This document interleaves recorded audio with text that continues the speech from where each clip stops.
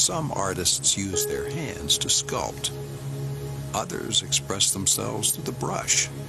Me, my paint strokes are with light. Moments in time captured forever by an artist's eye. Fractions of time trapped with the tiniest of holes and transferred to paper, revealing what the naked eye cannot. The moment of victory and the instant of defeat.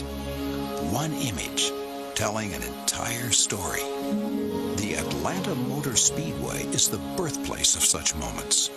The most spectacular finishes in Truck Series history. It's Bobby Hamilton, Martin Skinner, and Bobby Hamilton will win the EasyCare 200. Ron Hornaday goes across the start-finish line just inches in front of Bobby Labonte. Benson's going to slide out of fourth, Sprague's going to slide out of fourth, and Kyle Busch is going to win this race. A race of rapid-fire moments when we fight the urge to blink an eye, afraid to miss a single frame. Because just like that, wow, what a finish! It can be over. Speed's coverage of the NASCAR Craftsman Truck Series pre-race show is presented by Craftsman. Every snapshot tells a story, and here in Atlanta, the stories have been of barn-burning finishes and white-knuckle speed. Now throw in an ever-tightening championship battle, and you have all the makings of a spectacular, or should I say, spook-tacular show. Welcome to the Craftsman pre-race show. I'm Krista Voda. You know, remember listening to old ghost stories? I mean the really good kind, the kind that sent chills up your spine and made your hair stand on end. Well, that is truck racing in Atlanta. You know, the weather has already played a factor. Yesterday's activity was washed out. Today, though, the sun is out. In fact, this is the best weather we've had all weekend, just in time for our truck race. Working pit road as we speak, Ray Dunlap and Bob Dillner, and as you can tell, the wind has picked up a little bit. They are down there trying not to get blown away. Let's start, though, with the news, and we begin with Bob. Well, silly season in high gear in the Craftsman Truck Series, and this week it was the crew chief shuffle. Steve McDougall is now on top of the pit box for the 98 team of Aaron Crocker, right alongside of Ray Evernham. Patrick Donahue out with the 98 truck. Also at the 88, Tony Liberati and Brendan Gaughan separating, going their separate ways. Brian Berry, his longtime friend for Brendan Gaughan, is now his crew chief. Ray Dunlap. Hey, Bob, let's talk a little bit about tires here at Atlanta this weekend. We have a brand new combination. So what does that mean? Check out the front valence here on David Rudiman's truck. Look how this thing is all worn out. What you want to do as a driver and as a crew chief is you want to get this all the way down so that it rubs right here onto the racetrack, and that's what they've done. But here's what the crew chiefs have told me. With this new tire combination we have this weekend, it's a little bit harder compound, but the sidewalls are a little bit softer, and they call it a squishy tire. So they've had to go back to completely different notes than what they used here at Atlanta in the spring because it's a whole new package. You still want the truck to travel all the way down. That will be the key to running fast today here at Atlanta. All right, thanks, Ray. Something definitely to keep an eye on. You know, we talk of Atlanta drama, but to understand what we have to look forward to, we first have to take a look back. 7 months ago when we were here, the championship seemed like a lifetime away. Mark Martin was coming off back-to-back wins in Daytona and California, and one truck regular had had enough. Here they go. Todd Bodine on the high side. Mark Martin caught up behind Boston Reed. They're side by side for the lead. Todd's going to go through the middle. Thorwald on turn. Oh, and that's going to get Boston Reed. Oh, sideways. Todd Bodine stays straight, as does Mark Martin with 5 laps to go. It is going to be Todd Bodine going across the start-finish line, winning in 2006. So many great finishes. You know, that is just one. Hard to believe the trucks have just been racing here 4 times, yet we have had enough great moments to fill a lifetime. Actually, some series don't have that many great moments in a million races. We have only had 4. That is just one of them. Let's take a look at some of the others. Final time onto the back straightaway. They are side by side into turn 3. This is going to be close. Here they come off turn number 4. Coming at him, turn number 4, side by side. Here they come there. Quad oval. It's Bobby Hamilton, Martin Skinner, and Bobby Hamilton will win the EasyCare 200. Wow, what a finish. They're side by side, coming at him, turn number 4. On the high side, Bobby Labonte. They hit again. It's Bobby Labonte and Ron Hornaday. Ron Hornaday goes across the start-finish line, just inches in front of Bobby Labonte. How can this race Jack Sprague up high, and here comes Johnny Benson. Benson's going to slide out of fourth. Sprague's going to slide out of fourth, and Kyle Busch is going to win this race. What amazing finishes we've had here at Atlanta.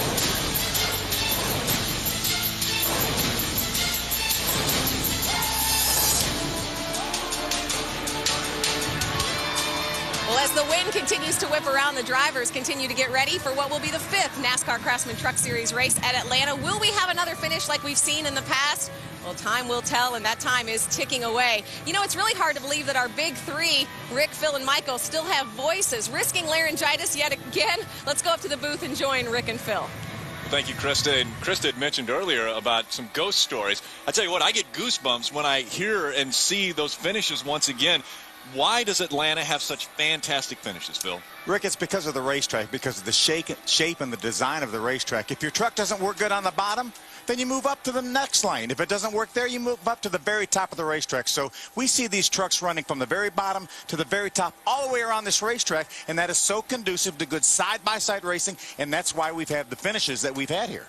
4 great finishes in the past. We're expecting another one here in the 5th Atlanta race. Let's go back to Krista. All right, well, man, I cannot wait. You know, the temperatures have actually cooled off a little bit. The wind continues to whip around. But if anything has to, like history repeats itself, then the temperature of the action is going to be hot. Hotter, in fact, than Georgia asphalt. Stay right where you are. You won't believe what we have left. Coming up in the pre-race show, we'll dissect racing in Atlanta. Rookie driver Chad McCumbee talks to us about pursuing his dreams. Ray Dunlap visits with Johnny Benson for the Ray Report. And NASCAR Nextel Cup driver and Truck Series champion Travis Quapple joins us on the set.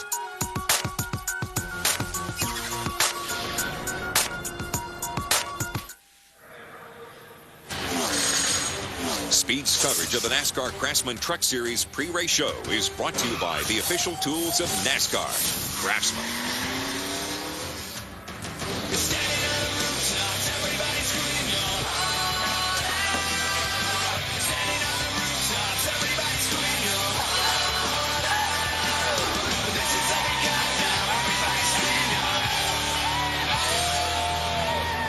The 2003 NASCAR Craftsman Truck Series champ joins us now. And Travis Quapple, that was an elite club you joined that day. Did your life change after that moment?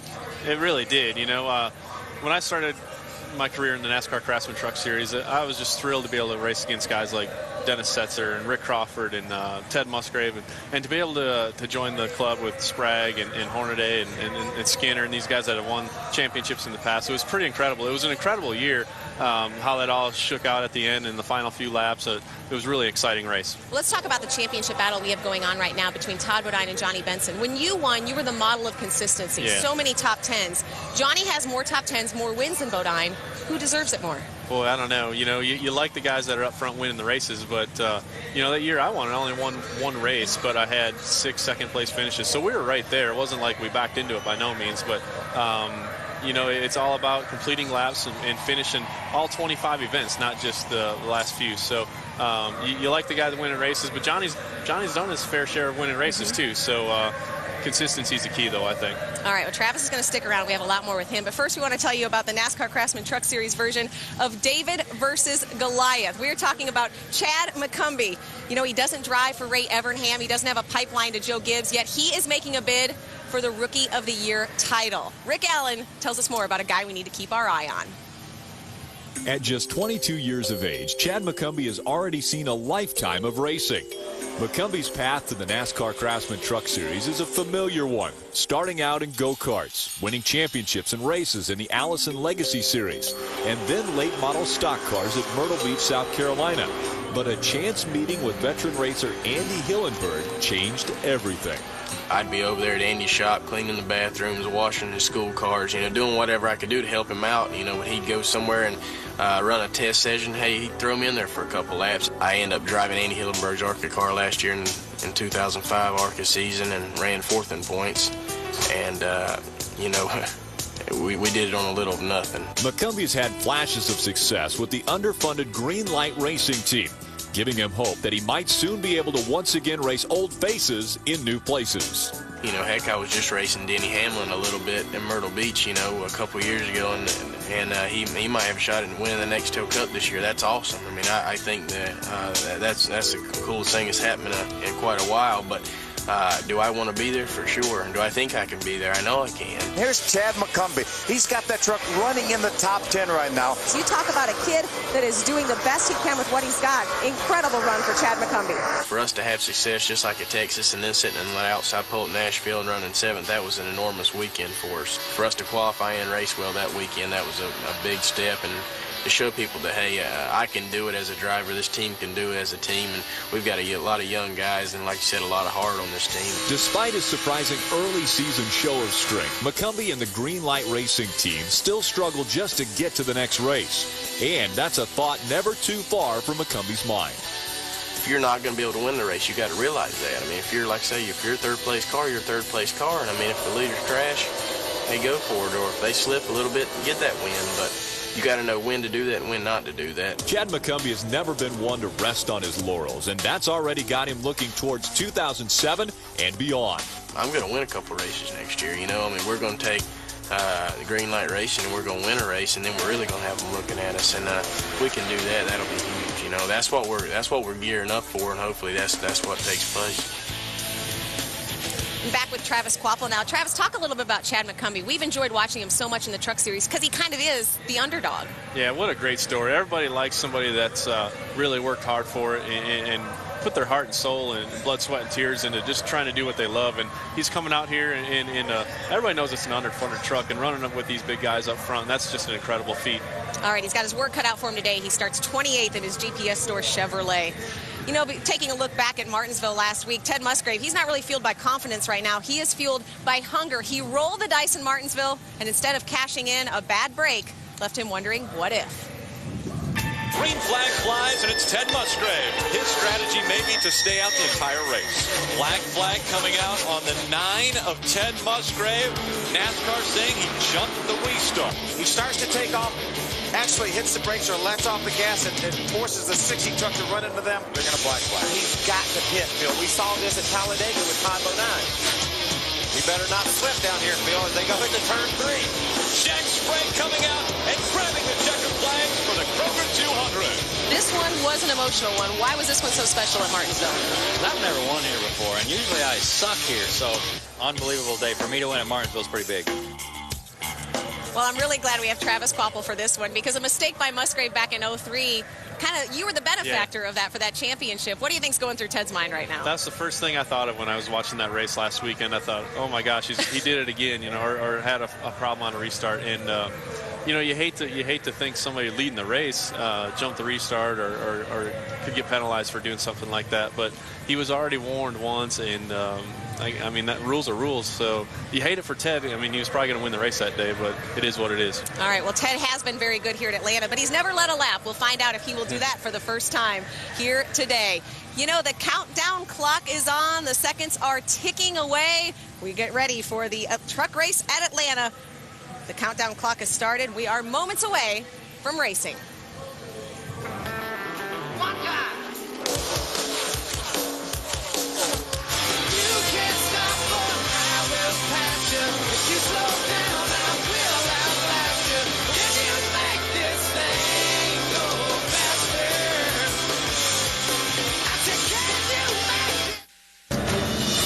Welcome back to the Craftsman pre-race show from Atlanta.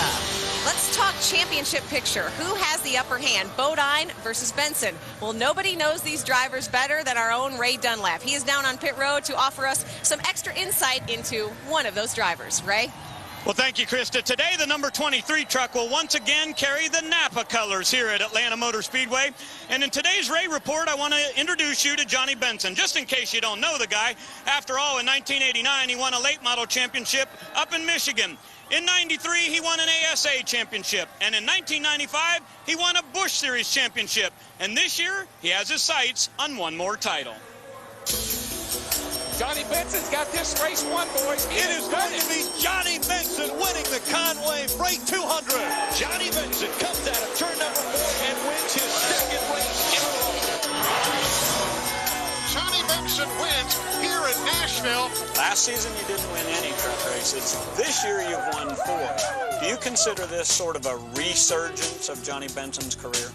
Well, I mean, it can. I mean, you look at it that way and say, yeah, but I'm not driving any different today than I did 5 years ago or a year ago or 10 years ago. And I think with having Rick Wren to our team has added a bunch to our race team. We don't have really a whole lot different equipment than what we had, a year ago.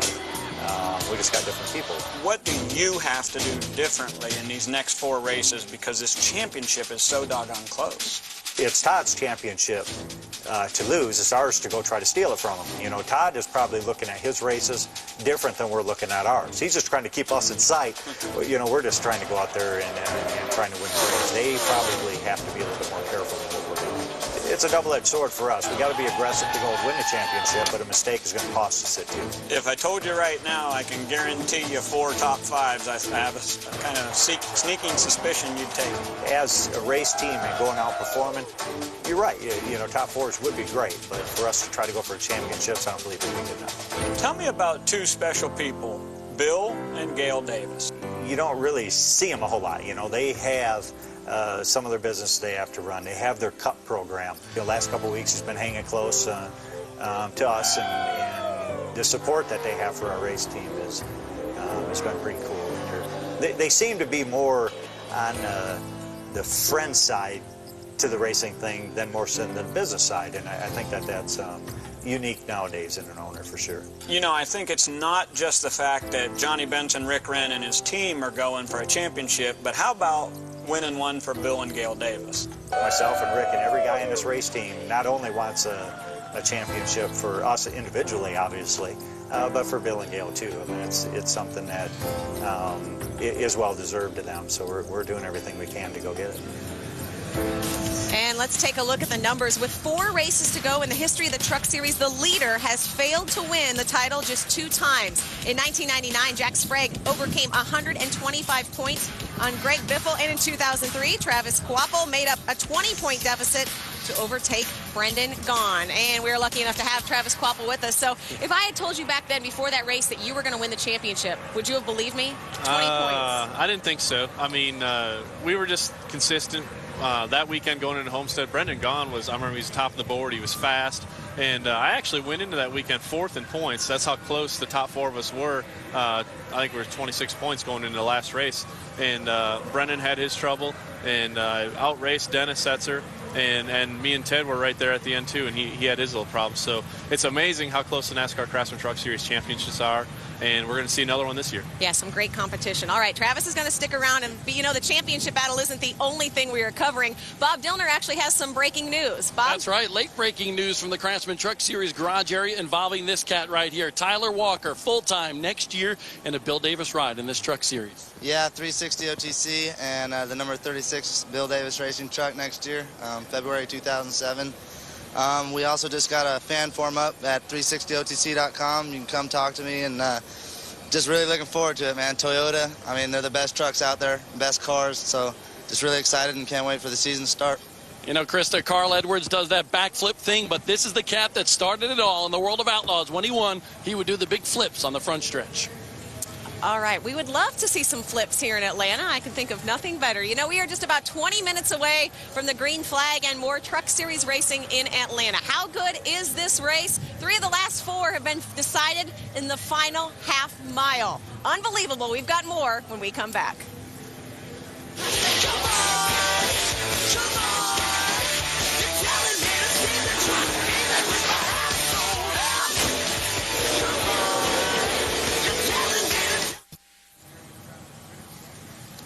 Next week, it's back to the Lone Star State and one step closer to a lone champion. Friday night, Trucks in Texas. Coverage begins 8:30 Eastern here on Speed. But way before we start talking about 10-gallon hats, we are in Atlanta, so we need to talk about Hot Atlanta stats. Ray Dunlap hates it when I rhyme. I did that just for you, Ray. Who have you got down on pit road? Well, Krista, I'm standing beside the 24 truck, and here is the name that's on the top of it. And unless you're a doctor, you may not be able to tell what that is. But it says A.J. Allmendinger, and he is fast. You qualified second. You got to be pretty excited about the race today. Oh, thrilled. You know, we got the Bad Boy Motors paint job on the truck. I think it's looking pretty sweet with the orange. And, you know, first time here, they just, the whole Bill Davis team gave me a great Tundra, so it's been fantastic so far. 2 great races so far in your Truck Series career. Today's your 3rd start. What's a realistic finish? You know, if we can just run all the laps and be in the top 10, I'd be happy. If we get the top 5, that'd be fantastic. So I think early on, I'm just going to take it easy and hopefully be there at the end. Okay, good luck to you. A.J. Allmendinger will be full-time in Nextel Cup next year. Bob, who do you have? Well, on the pole is Mike Skinner. 5 straight top 5 finishes for this guy right here going into this race, and he gets the pole here. How about leading the first lap? And more importantly, the last lap here. Well, the last lap's definitely a lot more important than the first lap, but our Tundra was not as good today as it was at say, Vegas. Jeff Hensley and these guys have worked just diligently to try to make it better. Truck was awfully free in qualifying. Hopefully the racetrack will tighten up a little bit. It's got some more rubber on it. We'll see what happens. Well, Krista, he's led the most laps in Craftsman Truck Series competition this year. That he has. Thanks, Bob. And before we put Travis Kvapil on the spot for a pick, Travis, I understand you guys kind of have a championship of your own going on within your team. Yeah, we sure do. The jackman for my Ty Downey Chevy on Sundays, Eric Wilson, he races in the EasyCare series. And his season finale is tonight in Florence, South Carolina. He's got a 70-some point lead, so I hope he can pull it off tonight. All right, that's Eric Wilson racing tonight in Florence. And we're going to get Travis's pick in a second. But, Ray, have you got one? Absolutely, Krista. You know, I met with Johnny Benson earlier this week, and I saw that determination in his eyes. He was very bad in the beginning of practice, but they worked on that truck, put bigger springs in the front of that thing, and Johnny liked the way it was driving. At the end of practice, I think the 23 truck is the guy to beat today here at Atlanta. Bob? That's certainly a good pick, but the guy I'm going to go with is standing to my left right here. David Ruderman, still looking for elusive win number 1 this season. He said he has a very good race truck, but you know what? He also said, usually when I say that, I suck. Hopefully he'll have a good run here today. All right, thanks a lot. Our guys down there picking a couple of Toyotas. Travis, who do you like? Boy, it's hard to bet against Mark Martin when he's running a NASCAR Craftsman Truck Series race, but my favorite's going to be Johnny Benson as well. His crew chief, Rick Rand, was my crew chief when I first came down in the NASCAR Craftsman Truck Series, and that's who I'm going to go with. All right, and that would make our championship battle even tighter. That's what we like. Thank you very much, Travis Kvapil, for joining us. And by the way, a Ford, he mentioned Mark Martin, a Ford has never won here at Atlanta, so there's an extra little nugget, something to watch out for today. But right now, let's go down trackside as we get closer to racing. Let's go down for today's invocation. Ladies and gentlemen, please rise and remove your hats as the 48th Brigade Combat Team, Georgia Army National Guard, presents our nation's colors. Please remain standing as John Dewberry, Community Bible Fellowship Church, offers tonight's invocation. Let's pray. Father, we love you so much and thank you for this day. Lord, we praise you for your faithfulness. We praise you for the sunshine, the rain. And Lord, we praise you for the outdoors. Thank you for being able to be involved in the sports, Lord. Thank you for bass and all the great things that are taking place here at this track. And Lord, we praise you in advance for the activities that are going to take place. We pray for the safety of all the drivers and all the fans. And Lord, we ask that you allow this to be an encouragement to each and every one that comes in contact with us because we are your children. In Jesus' name we pray. Amen. Ladies and gentlemen, please welcome Mark Wills as he performs our national anthem.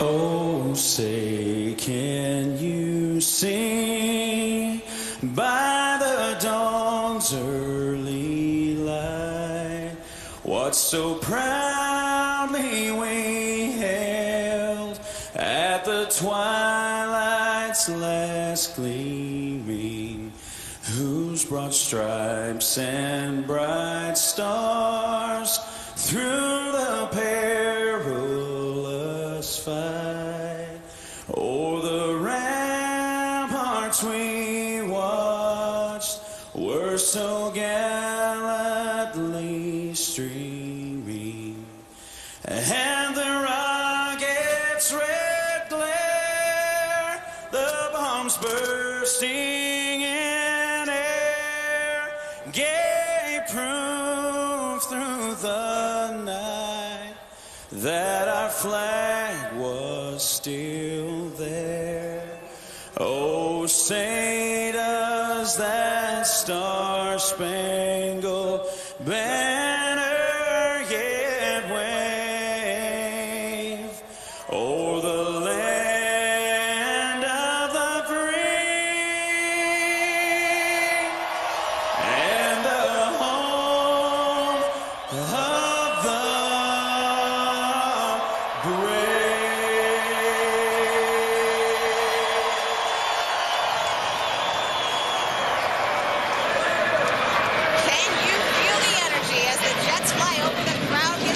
Craftsman Trucks Atlanta Speed. We will have it for you next. Some say an image tells a story.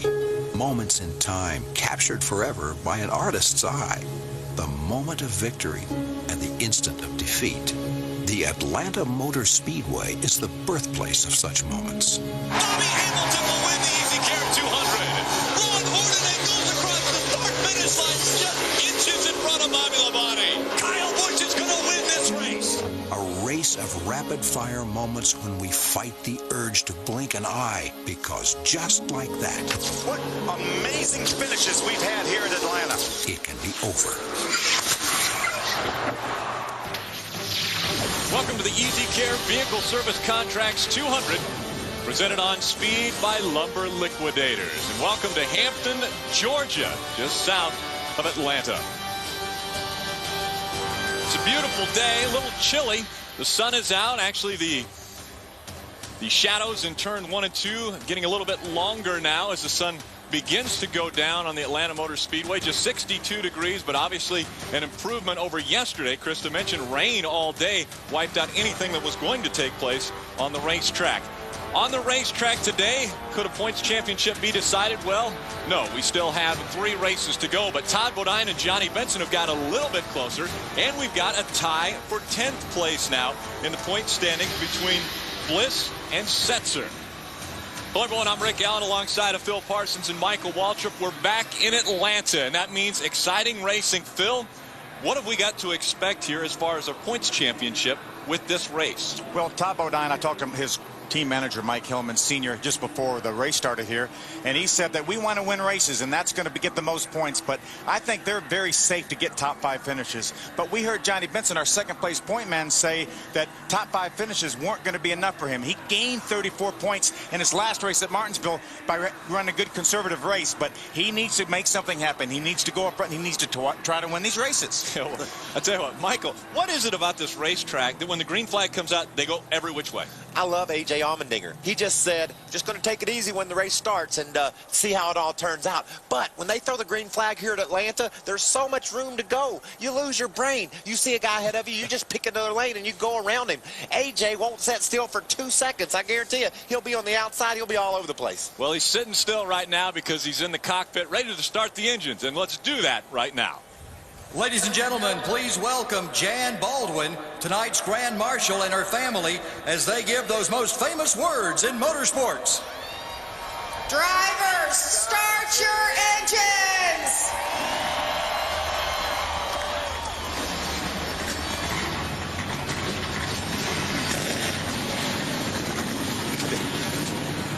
The engines are fired. That means that we are moments away from the start of our final Atlanta race of the 2006 season. Well, it's time for our Aaron's Lucky Dog Dream Seat upgrade. Aaron's Lucky Dog winner and guests today are being upgraded to the new Club 1 Luxury Public Suites located high above Turn 1 here at Atlanta Motor Speedway. Aaron's brings you the Lucky Dog Dream Seat upgrade. When we come back, the green flag flies at Atlanta Motor Speedway. The NASCAR Craftsman Truck Series on Speed is presented by Lumber Liquidators. 1-800-FLOORING. Hardwood flooring for less. Brought to you in part by the official tools of NASCAR, Craftsman, and by Team Chevy and the 2006 Monte Carlo SS. Now with a legendary small block V8. Chevy, an American Revolution. Again, the temperature just over 60 degrees. The crowd bundled up here, but expecting another fantastic finish from Atlanta. Well, we started it a week ago, so we want to continue as the trucks go on their recon lap. Let's look a little closer at some of our drivers in our speed spotlight. And Michael? Who's our first speed spotlight? Our first speed spotlight, Cat, is Derek Cope. He's driving the Key Motorsports Chevrolet. Now, why starting last is he in our speed spotlight? Because a couple of weeks ago at Talladega, he was within a half a mile of getting that team a top 5 finish and got wiped out. Then last week, their new driver, Shane Huffman, was running the top 20 all day at Martinsville and broke. This team thinks they're on a roll, and that's what you need the speed spotlight for. You've got to look inside what's going on in the sport and see that this could be a team that's going somewhere. Let's take a look at Scott Lagasse. He is driving one of the 3 Fastenal Dodges out of Bobby Hamilton stables. He is currently a driver for Chip Ganassi, the driver development program. We're going to try to figure out in the next couple 3 weeks what kind of racing he's going to do next year, whether it's going to be a combination of trucks, Busch, ARCA, whatever he may do. Very, very talented young driver in the 04. We'll have to go to the back of the pack because of unapproved changes after the qualifying impound. Ray, who are you going to take a look at? Phil, I want to talk about Eric Almirola because we know exactly what he'll be doing next year. He will be back behind the wheel of the Spears Manufacturing Chevrolet for a good run in the NASCAR Craftsman Truck Series. Now, he'll also be doing 20 Busch Series races in 2007. And Eric told me he feels like he's a lot better in the Busch Series on those weekends whenever he's in combination with trucks. After all, it's all about track time. That's what's going to make him better. Today, he starts 30th. He's got a long way to go to get to the front. Bob? Kelly Byers is 22 years old, this year's ASA Late Model Series champion for Wall Tom Racing. But this is his first ever Craftsman Truck Series start, and comes with the Wood brothers. I poked my head in the window just moments ago, and I said, hey, how you doing? Kelly said, a little bit nervous. We talked about nerves earlier the day before qualifying. He said, you know what? I am a little bit nervous because this is our only truck. We don't have a backup. I looked at his girlfriend, and I said, you know what? Like Harry Hogg in Days of Thunder said, put the boy in the truck and just let him race. Krista? A lot of new things going on for the number 59 of Chad Chaffin. A new sponsor, Goodwill Industries, on board this week. A new manufacturer, Toyota. Chad jumped on with them about 4 races ago. Also, a new neighbor soon for Chad Chaffin, his mother-in-law. You can read all about it on Chad Chaffin's new website, chadchaffin.com, where his wife Cindy writes a weekly article. Chad Chaffin also coming off 2 of his best finishes of the year. His season best 8th at Talladega and an 11th in Martinsville. Jeremy Mayfield will be back in his 2nd run for Billy Ballou in his Chevrolet. He ran Las Vegas earlier this year. He had a 6th place finish back in 2003 at the Lowe's Motor Speedway. That truck's been involved in a couple of those crazy finishes here at Atlanta. Michael, that's the exact same truck that won this race last year with Kyle Busch. When all the trucks were wrecking behind him as he was coming out of turn number 4. And around him. Another driver that's going to be joining us in the Truck Series for this race, Michael. There's Joe Nemechek.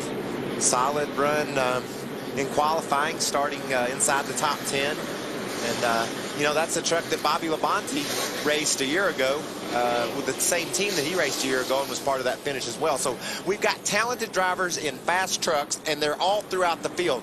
So that's why things get nutty here at Atlanta. Well, and very exciting. One of the drivers that will be carrying one of our cameras today has won at this racetrack, and it was the closest ever finish on a super speedway. Ron Hornaday will carry us around this just over 1.5 mile track that he has won at before. Bobby Hamilton Jr. will drive one of the 3 Fastenal Dodges in this field. He's starting in the 17th position. Wants to have a great run here. His father won this race, won at Atlanta back in 2004. Todd Bodine driving the number 30 Lumber Liquidators truck. You know, that company is sponsoring the race here. It'd be a great time for Todd to pay him back with a win. But you got to remember, Phil, he short-circuited a little bit at Talladega, made a mistake, and then they had problems last week at Martinsville. So they just need to do something solid. A top 5 finish is all that team needs today. His teammate also carrying a camera in the Team ASC Toyota Tundra. Ted Musgrave will start in the 9th position. Still Ted Musgrave looking for that first win of the 2006 season. Could it come in Atlanta? We're going to find out. Let's go back trackside for our thoughts before green, and we will start with Ray. Well, thank you, Rick. I do want to talk about Todd Bodine, because if you guys remember the end of the season last year, he pretty much stunk up the show. When it comes to 1.5 mile racetracks, he has been the man, no doubt about it. But let's take a look at the difference between he and Johnny Benson so far this year on 1.5 mile racetracks.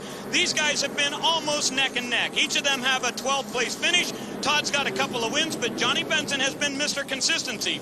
3 of the final 4 races come on 1.5 mile tracks, and I think today, if either of these guys finish outside of the top 10, they're going to lose some points. Krista?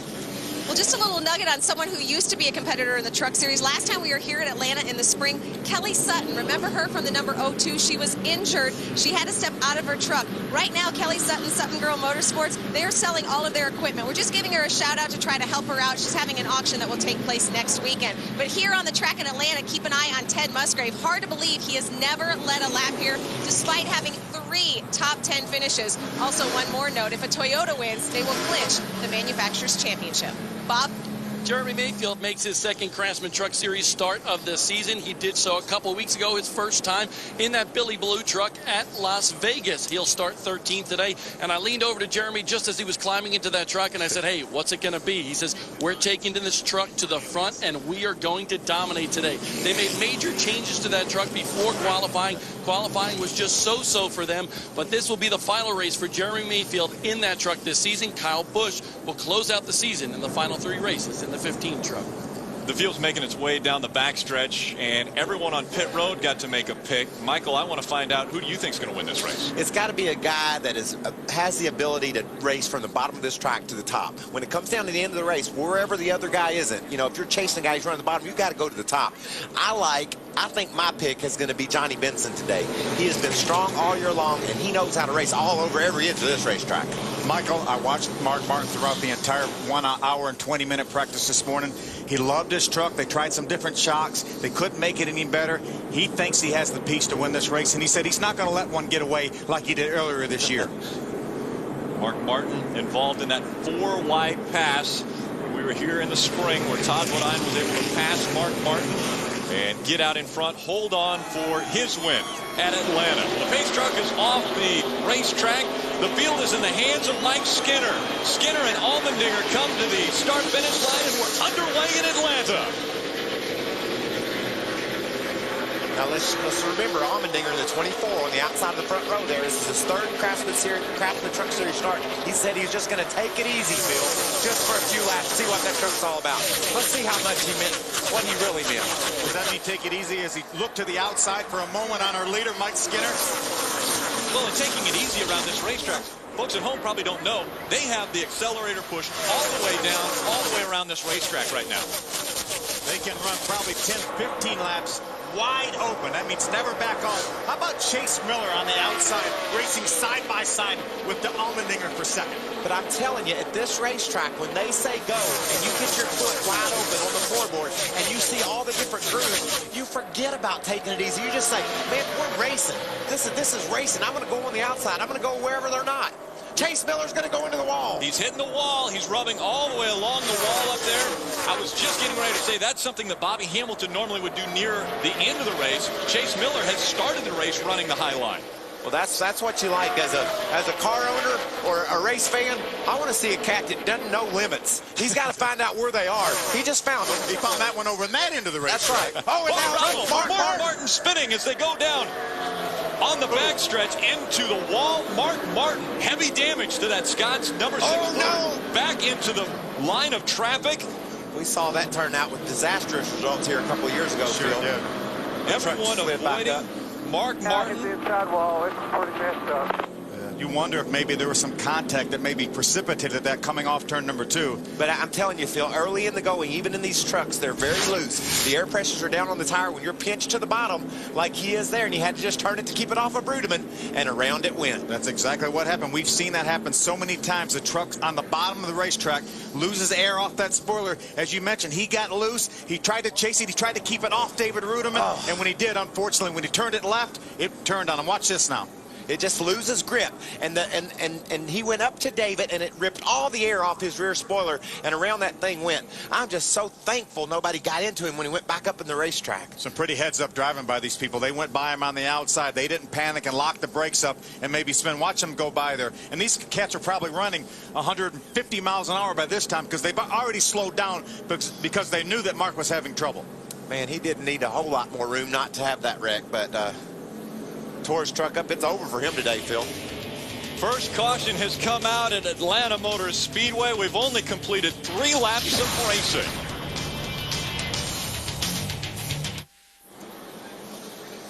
Welcome back to the EasyCare Vehicle Service Contracts 200, presented on speed by Lumber Liquidators. Under our first caution, and the reason why, a little bit uncharacteristic. The number 6 of Mark Martin gets turned around coming out of turn 2. Can I just tell you how easy that is to do? You know, that's how much you got to appreciate what all these cats are doing. Now watch, as the traffic is approaching, watch the move that the 25 truck of Damon Lusk makes right there to get around that crash, Phil. That was crazy. And keep it straight. He would have hit Mark Martin so hard had he not made that move. What a great move by Damon Lusk. Well, the disappointment now for, I would say, Roush Racing. Or maybe in Ford's in Journal, Krista told us early in the show that Ford has never won here at Atlanta. This is obviously Ford's best shot with Mark Martin. They've got some good trucks back in the field. You see Roush Racing has never won here. They've got David Reagan still out there, Eric Darnell still out there, who had such a great run at Martinsville last week, finished 3rd. But Rick Crawford's another good Ford, Terry Cook. So Ford still has some bullets, but they lost their biggest one. Right now, the highest scored Ford on the racetrack, Bobby East in the number 21. He's being scored in the 8th position. Skinner still out in front as the green flag comes back out. And I'm gonna have to think you're gonna have to deal with Marcus Ambrose today too, Phil. He likes these big, fast racetracks, and he's a good Ford truck. He's never been here before. Remember, he was not approved early in the season when the Truck Series raced here at Atlanta. But he's had a couple third-place finishes on high-speed racetracks. Bob Dillner. There was Mark Martin in the garage area. Mark heard you come on the radio and said, I'll let that one get away. Tell me about it. Yeah, I should have known better. I should have done better than that. I just, you know, these trucks are real sensitive on the inside. I should have let him go when I knew he stayed out there. I was trying to make the pass there. And, you know, I just let it get away from me. I should have known better than that. Spoken like a true veteran, boys. Remember that A.J. Allmendinger guy, Michael, that was going to take it easy? Well, he's leading this race. I love that stuff, man. You can say so many things when you're not strapped into one of these race vehicles, but once you get in, you could just forget most of it. You know, he's got a lot of experience working with him. I mean, Ricky Byers, longtime crew chief, is crew chief in that truck right now. And Buddy Red Dog Barnes is up on top of the roof spotting for him. So he's got a lot of experience, and does A.J. Allmendinger. Well, you see what David Rudimann's trying to do there in that Toyota. He was up underneath Skinner trying to pull off. Oh, Skinner's got a little sideways. See, these guys are trying to pull off passes on the inside, and they're just not tight enough right now. As they run some laps to get some heat in them tires, they'll be able to do it, but not right now. What about on a full tank of fuel, too? Is that more weight in the back and makes them a little more loose? Well, it's a combination of those things, Rick. The gas in the back, the tires being down on air a little bit, not quite up to operating temperature, just very, very hard to keep your foot in it down on the bottom of the racetrack. That's what the key to it. You hear everybody saying you got to keep your foot in it. Well, you keep your foot in it too long down on the bottom of the racetrack, the back passes the front. Gets sideways. 3 wide racing as they go down the back stretch. Here comes Rick Crawford. Crawford getting ready to challenge Bobby East. 2 Fords, 3 Fords running. A whole gaggle of Fords. Wide. Here comes Marcus Ambrose and his Ford. Rick was able to clear both those Fords of the 21 of Bobby East and the 99 of Eric Darnell. Now Darnell's going to look back to the outside of Bobby East. Side-by-side racing throughout the field. Ray Dunlap.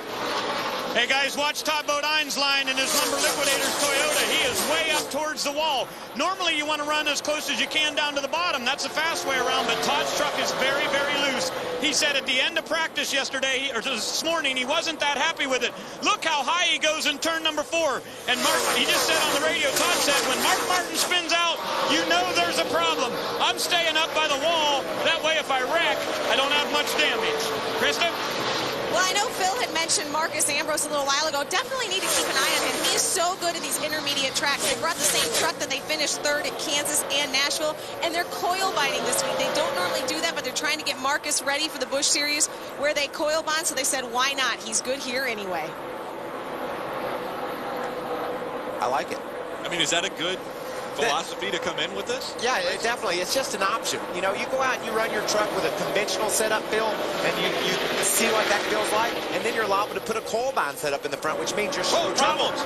The 24, A.J. Allmendinger, once the leader of this race. He gets into the 46 Nemechek, and so Allmendinger, Nemechek, a lot of damage to those trucks. You can hear A.J. Allmendinger tell his story. He's sorry. All right.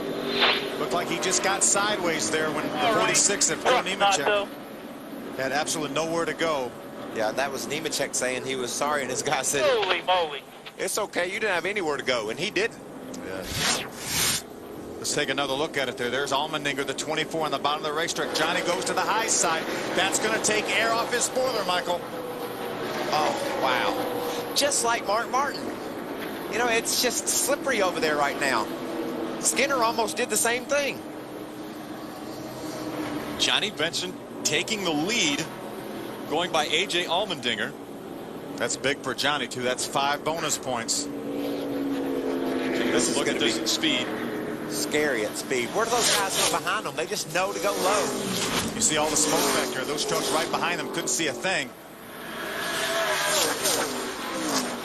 And as A.J. Allmendinger stepping into this deal, leading the race early, he didn't really do anything terribly wrong there. You know, the truck came around the outside of him, and I guarantee you, he about had a heart attack when that thing spun out. He didn't see that one coming. Wasn't like he stuck it in a hole that wasn't there and made a mistake. Krista, what's he saying?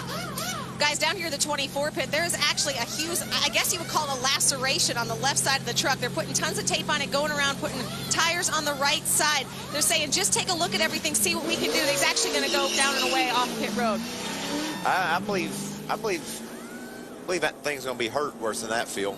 Yeah, he looked like he made contact with that left rear tire. And also on the outside wall, too. Yeah, exactly. And Skinner to pit road. That thing must be loose. We saw him about spin out over there off turn 2. Ray Dunlap. Yeah, absolutely, guys. Mike Skinner is terrible loose. He said it's the worst truck he's ever had here at Atlanta. He said, I am so mad right now, I don't even want to say how mad I am. So they're going to make a major adjustment here. They'll drop the track bar on this Toyota Tundra and also going to put a good bit of wedge into it. Air pressure adjustment on the right rear. All 3 of these things to try to tighten his truck up. He said in the middle of 1 and 2, it's not so bad, but in 3 and 4, it is absolutely horrible. You see the wedge wrench going in there. The wedge will happen on the left side. They drop the track bar on the right, and an air pressure adjustment for Skinner. Terrible loose for Mike Skinner. 14 laps in the book. 2 veterans in the Nextel Cup Series who are running in the NASCAR Craftsman Truck Series today off the racetrack because of accidents. Mark Martin and most recently Joe Nemechek. But out in front, second in the points, but leading the field around Atlanta, Johnny Benson. Tomorrow on Speed, NASCAR race day built by the Home Depot lays the foundation for your racing experience. Last week, the chase deck was shuffled as a new leader emerged in the title race. Tune in as JR, Jimmy Kinney, and Wendy break down all the biggest stories in Atlanta. NASCAR race day built by the Home Depot, Sunday, 12:30 Eastern, live on Speed. You heard Ray talking about how loose Skinner was trying to explain to his team he was. Watch him as he exits turn 2 over here. We've seen 2 guys already, Phil, crash. Mark Martin and A.J. Allmendinger. Skinner is the next guy almost that crashes. That thing is out of control right there. Runs his buddy up into the wall. His teammate Johnny Benson, the 23 truck that is now leading the race, actually made contact with the wall. He was trying to give Mike as much room as he could because he knew Mike was in trouble down there, and Mike did a great job saving the truck. Another view right here. Watch Mike come all the way up the racetrack. That's safer barrier. You can drag along it a little bit, but you don't want to be hitting too much of that right front. You'll lose your downforce in the front. Ray, what's the 5 saying now? Well, you know, Michael, as a driver, a lot of times you try to convey to the crew chief how bad it is, and usually you use a 1 to 10 scale. You say, oh, it's a little bit loose, you'd give him a 1 or a 2. If it's real loose, a 10. Mike says this baby is a 15 right now. He said, I've never had anything like it. So that's pretty amazing to hear Mike Skinner on a 1.5-mile track say it was that bad. It's off the chart. He's got his truck off the chart. There's a 46 truck of Joe Nemechek. He obviously was the victim when A.J. Allmendinger, the 24, spun out while leading. Joe had absolutely nowhere to go, made hard contact with the left side of the 24 truck, and obviously back in the garage trying to make some repairs. And we talk a lot about Atlanta, a lot of 3 wide, side by side, a lot of green flag racing. We're off to a slow start on the green flag racing so far. These guys, we've had a couple of crashes, and we've almost had a couple of more. Well, as they continue to work on the number 46 in the garage area, Craftsman always on the cutting edge of technology when it comes to tools. Today we want to spotlight another important piece of equipment that Craftsman makes available to all of us, the Craftsman tools of the trade. In today's Craftsman Tools of the Trade, we're going to talk a little bit about organization. I've walked into my shop many times looking for a socket, and it looks like this, a mess. What Craftsman has done is they have devised the magnetic locking socket rack. What's that? Well, it locks in place. So if I want to get a socket off, quarter turn, pulls right off. Very simple. Put it on, quarter turn, locks in place, does not come off. This comes in 1/4 inch, 3/8, and 1/2 inch, all the drives that you would have for your ratchets. And magnetic, meaning stored any place you want. You can get yours at Sears. Check out this Craftsman Tools of the Trade and other great programming on Speed on Demand. You brought it right there, Rick. How about that? And I'm going to get me some of those, too, because my Hey, socket drawer actually is have a some. mess. I'm moved. I've never seen anybody be so passionate about a socket. What about that workshop? Looked pretty good, didn't it? Look at that Napa Toyota leading the race. That looks pretty good, too. Johnny Benson racking up the bonus points as he's led a lap. That means 5 more points for him. That's exactly what he wants to do. He'd love to lead the most laps here also and get 5 more points for that. Davis looking to the inside. We've seen this cause problems. Let's see if he can pull it off. Nope, bails out. See the drivers running through some speedy dry left down from that most recent accident.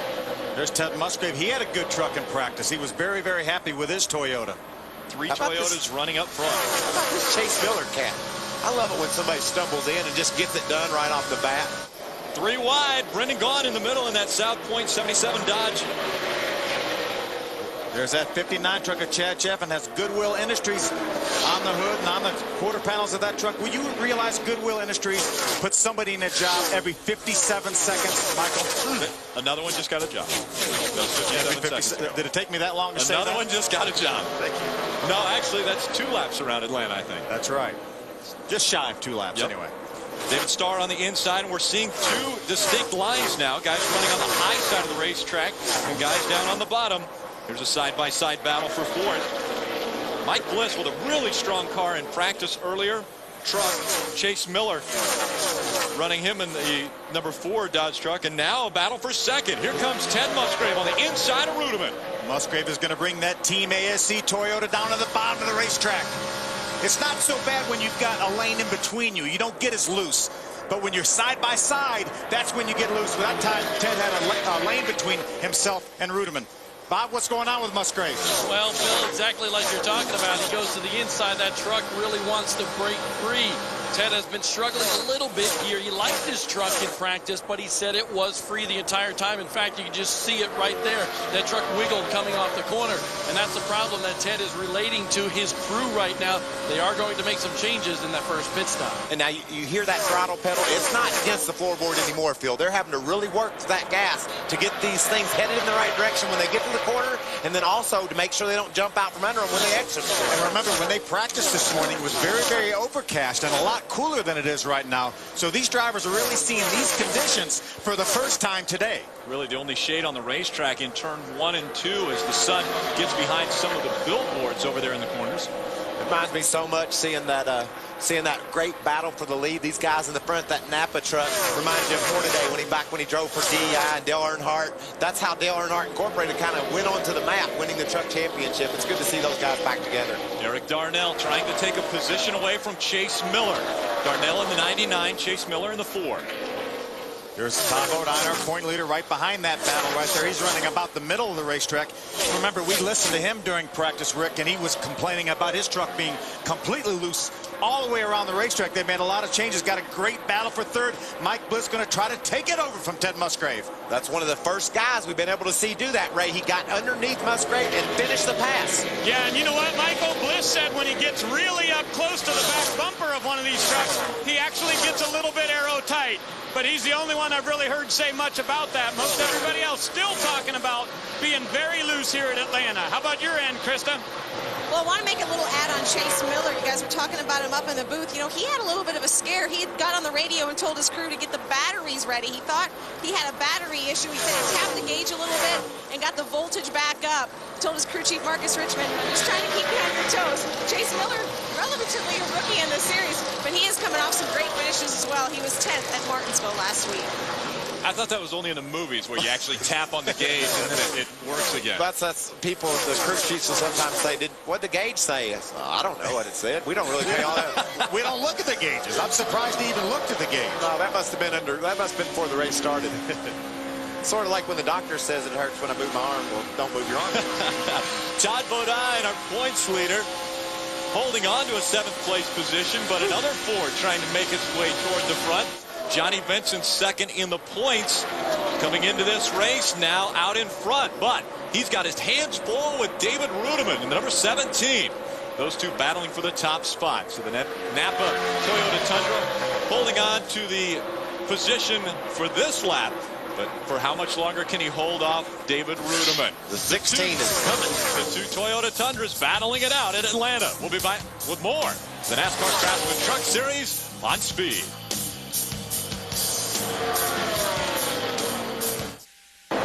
The EasyCare Vehicle Service Contracts 200 presented on Speed by Lumber Liquidators continues around the Atlanta Motor Speedway. A lead change. David Ruderman grabs the point.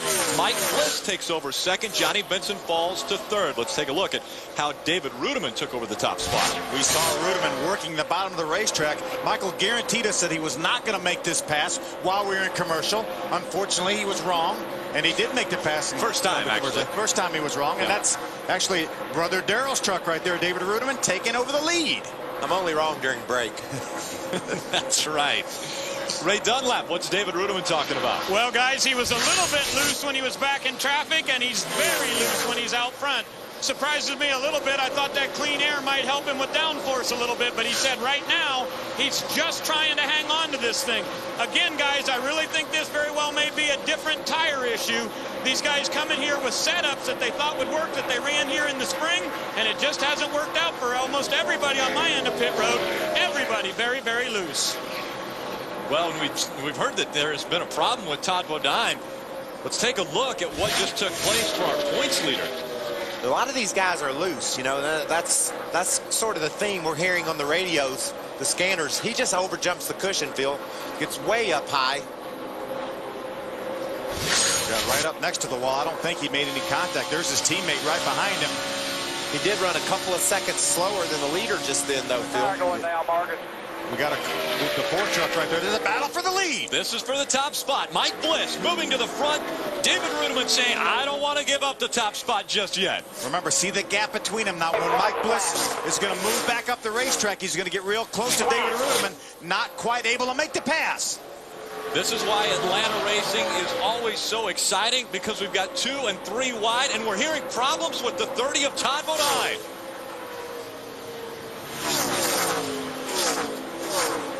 There's Todd. He's slow on the racetrack. He's slowed on the back stretch. It doesn't look like he is under power right now. Can't tell if he might have a right side flat, Phil. I see some smoke over there. A lot of times when a tire goes flat, this isn't like Martinsville where you just run back to the pits as fast as you can. You got to keep the sheet metal on the truck. So if that tire's flat, he's just coasting. One of the big problems right now for Todd Bodine as he tries to get on pit road. The leaders are making their way through 3 and 4. Ray Dunlap. Well, these guys on the radio asking him, give me some more information about what's wrong. He says, I think it's a right rear. He says it's definitely a tire. And Todd Bodine was way up there to the high side of the racetrack. May have been on the part of the racetrack you don't want to run on, where there's lots of debris and particles up there. But he is bringing his Lumber Liquidators Toyota down here to pit road. They're going to put tires on it. And as you said, Michael, it's different than Martinsville, but he is definitely going to lose a lap here. It's the right front tire on this number 30 truck. So they'll go with right side tires only. They'll definitely put fuel in this thing as they work on it. No, they are going to do 4. So they decided, let's go ahead and do 4. They're going to go down a lap, so why not get all the tires you can? They're actually going to go 2 laps down, Ray. Yeah, that's an interesting call there. They're so close to their pit window. He gets high here, Bill, but this is probably a result of the tire going down, because we see guys running right out next to the wall. There's no marbles up there. There's no debris up high. They've got it all blown off. He just had a tire go soft on him, got in the corner, and got up in the fence. There you see him going through the gears, trying to make his way back on the racetrack. Rick, as you mentioned, 2 laps down now for Todd Bodine. Johnny Benson is in great shape right now. He's running 3rd, and I would think that Johnny Benson, if the points were added up right now, may even be our point leader. And what you have to understand is they took 4 tires there because they're hoping this thing runs through the cycle. They want to see all our leaders come to pit road before they have to come back to pit road. As we run right now, Johnny Benson in front of the points race by 26 points over Todd Bodine. It can happen just that fast. David Ruderman wanting to claim and hold on to that top spot. Mike Bliss dropping back to 2nd. You know, David Ruderman would love to get him a win. He's not had a win this year. He won big last year at Nashville. He's got 4 more races before he goes to drive for you, Michael, in the Busch Series and the Cup Series. He would love to get his Toyota in victory lane. He needs to get that thing in victory lane. My brother's been on him about it, so we'll see if that happens. While the point leader was having a problem, Phil, so was Chase Miller. He had a flat tire as well and had to come to pit road in that 4 truck. Fastenal dodge of Chase Miller. You see him going up into the wall. We saw that early in the race, too. Chase running up on the high line. There, you see there, the right rear is flat on his truck. It was the other end with his truck. Fastenal on all three of Bobby Hamilton Racing's Dodge, and actually they did it. Oh, we hear a caution coming out now. Bad break for Todd Bodine. He needed this thing to go green till all the leaders made their pit stops. Would have put him back at least only one lap downfield, put him in a great shape to get the Aaron's free pass. Right now, there's only a couple of trucks that are one lap down, so he's still got a real possibility of getting that Aaron's free pass and getting back in this thing. And it gives him time to work on his truck. Obviously, his truck is not to his liking, so it gives Mike Hillman Jr. time to work on that truck and see if they can make it better in order to get in position to try to gain some of these positions back. Oh, boy, has our points race just tightened up. Johnny Benson now ahead of Todd Bodine in the points championship race. Now all these leaders will pit. I think we're going to have a lot of guys on pit road, Phil. Yeah, pit road closed right now. It'll be next time by when they'll open pit road, and the cavalry will head to pit road. We need to mention that Eric Darnell took over the third position in his Roush Ford right now. So Roush is not out of this. He's never won a race here, but Eric's doing a great job with that truck. He's got a new sponsor, Northern Tool and Equipment, on there. He's got a truck in third position right now. Johnny, our point leader, as of now, in fourth. The Aaron's lucky dog pass goes to Bill Lester in that 22 truck. That's a good looking truck, isn't it? It is. It's a Checkers truck, I guess. Yeah, got Steakhouse, which is their new double cheeseburger, apparently. You can't see a thing here, Phil, this time of day. These guys are going down into turn one, and believe me, they're guessing where to go because the sun is so bright, and I think NASCAR just decided to give the teams an extra man over the wall to take care of that windshield and try to help them out. Good idea. They can come over there and tear off and give the driver a drink of water, something like that. So good move by NASCAR. That driver, or that other man over the wall, could also put duct tape, or they do that on the windshields so that the sun's not in the driver's eyes. Yeah, that's usually done before the race on the inside. Bob, what's going on? Eric Darnell bringing his 99 truck down pit road. That truck is just a little bit tight right now, so they will put a rubber in the right rear to stiffen up that and get that right rear to stick a little bit better and make an air pressure adjustment on this Northern Tool and Equipment number 99. But so far, so good for Eric Darnell. Krista? They just got on the radio and told Johnny Benson to hit it hard. He was loose, he was tight. He said he needs side bite bad. They're making just a half round adjustment on the track bar, lowering that and a slight air pressure adjustment. Ray. Track bar down for David Rudeman. He comes in as the leader, and again, his truck very loose, even though he was out front. They'll go with 4 tires, and David Rudeman will be down and away, and it looks as if he will be the first guy off of pit road. Rudeman with a good stop. Looks like Johnny Benson will come out in second. He beat the 16 of Mike Bliss out. Had a slow pit stop on the 99 of Eric Darnell. He came in third, had over a 23-second pit stop. Will lose several positions on pit road. Rudeman had the lead when he came onto pit road and off again. FoxSports.com and SpeedTV.com form the most powerful online team in NASCAR. Breaking news, in-depth analysis, detailed driver stats, and more. Log on to SpeedTV.com. Keyword Chase now. Todd Bodine, our points leader coming into this race, back on pit road, right? Well, Rick, they have decided to come back down and take a look at the front geometry of this truck. Todd Bodine said he felt like he had a vibration on lap 30, and it continued to get worse, and obviously they had to pit under green on lap 37. That's what's put him a couple laps down. Now, he was in great position before he came back down pit road because he was right at the front of the field, going to be the first truck laps down, but he said this thing is still not right, so they've come in to take a look at it. They're looking at the right front, and they're going to try to determine if there's a problem in the geometry of the front end of this truck. So Todd Bodine brings his truck back out onto the racetrack. David Rudeman in front of the field. Now our new points leader, Johnny Benson, running in second. Tomorrow on Speed, it's the Speed Report. Go beyond the highlights and beyond the stats. Get the why with the Speed Report. Tomorrow, 8 Eastern and Pacific, only on Speed. Get the why as to why we have a new points leader in the NASCAR Craftsman Truck Series. Well, we might not by then. Yeah. As of now, at the very moment, we have a new point leader, but this race is a long way to go. Let's take a look at the points as of now. We show Johnny Benson with a 32-point lead over Todd Bodine, but Todd has not given up. Look, there's David Rudiman. Ty Bodine's trouble is going to bring David Rudiman back within 173 points. So he may be on the outside having a shot if those guys have some more trouble. And remember, the points a driver could make up as much as 135 points in one race. We still have 3 after this one. And these races are so unpredictable. Chase Miller gets loose on the restart. David Rudiman with a good start, and here comes Johnny Benson to the high side. They all spun their tires. We talked about the tires being a little bit down on the air field, a little bit cold. When they went to the hammer on those Toyota motors, they boiled the tires off of them. We have one truck right now that's 1 lap down. That's Robert Richardson. If he should go another lap down, then Ty Bodine would be racing that 4 of Chase Miller for the possible Aaron's lucky dog. Yeah, you say Robert Richardson 1 lap down, but we have 3 drivers that are 2 laps down. Chase Miller, Ty Bodine, and Derek Cope. But what Todd's hoping for is a quick caution because he thinks he can outrun everybody else. You know, he can't do anything right now with the fact that Robert Richardson's 1 down. But once he gets on the same footing with everybody else, he thinks he can race his way back into the lead lap. Michael, you were talking about that restart and how these cold tires, low air pressure, how hard it is to get 750 horsepower down to the ground. Watch this. Watch Chase Miller, especially on the inside in the 4 truck. This is when he jumps in the throttle. He gets completely sideways twice. Rudiman does the same thing. Yeah, you got to really watch it. It's flat right there, Phil. You know, so you're just trying to accelerate straight forward. Now, the other thing about Chase Miller is Chase Miller also being 2 laps down, but he currently is in front of Todd Bodine. So Todd Bodine still has to get in front of Chase Miller. And they're 3 wide down the backstretch. There's Eric Darnell, the 99. Remember, he had to take some extra time to put a rubber in the right rear because his truck was a little bit loose. That's what slowed down his pit stop. He's getting by trucks now, making his way back to the front, Bob.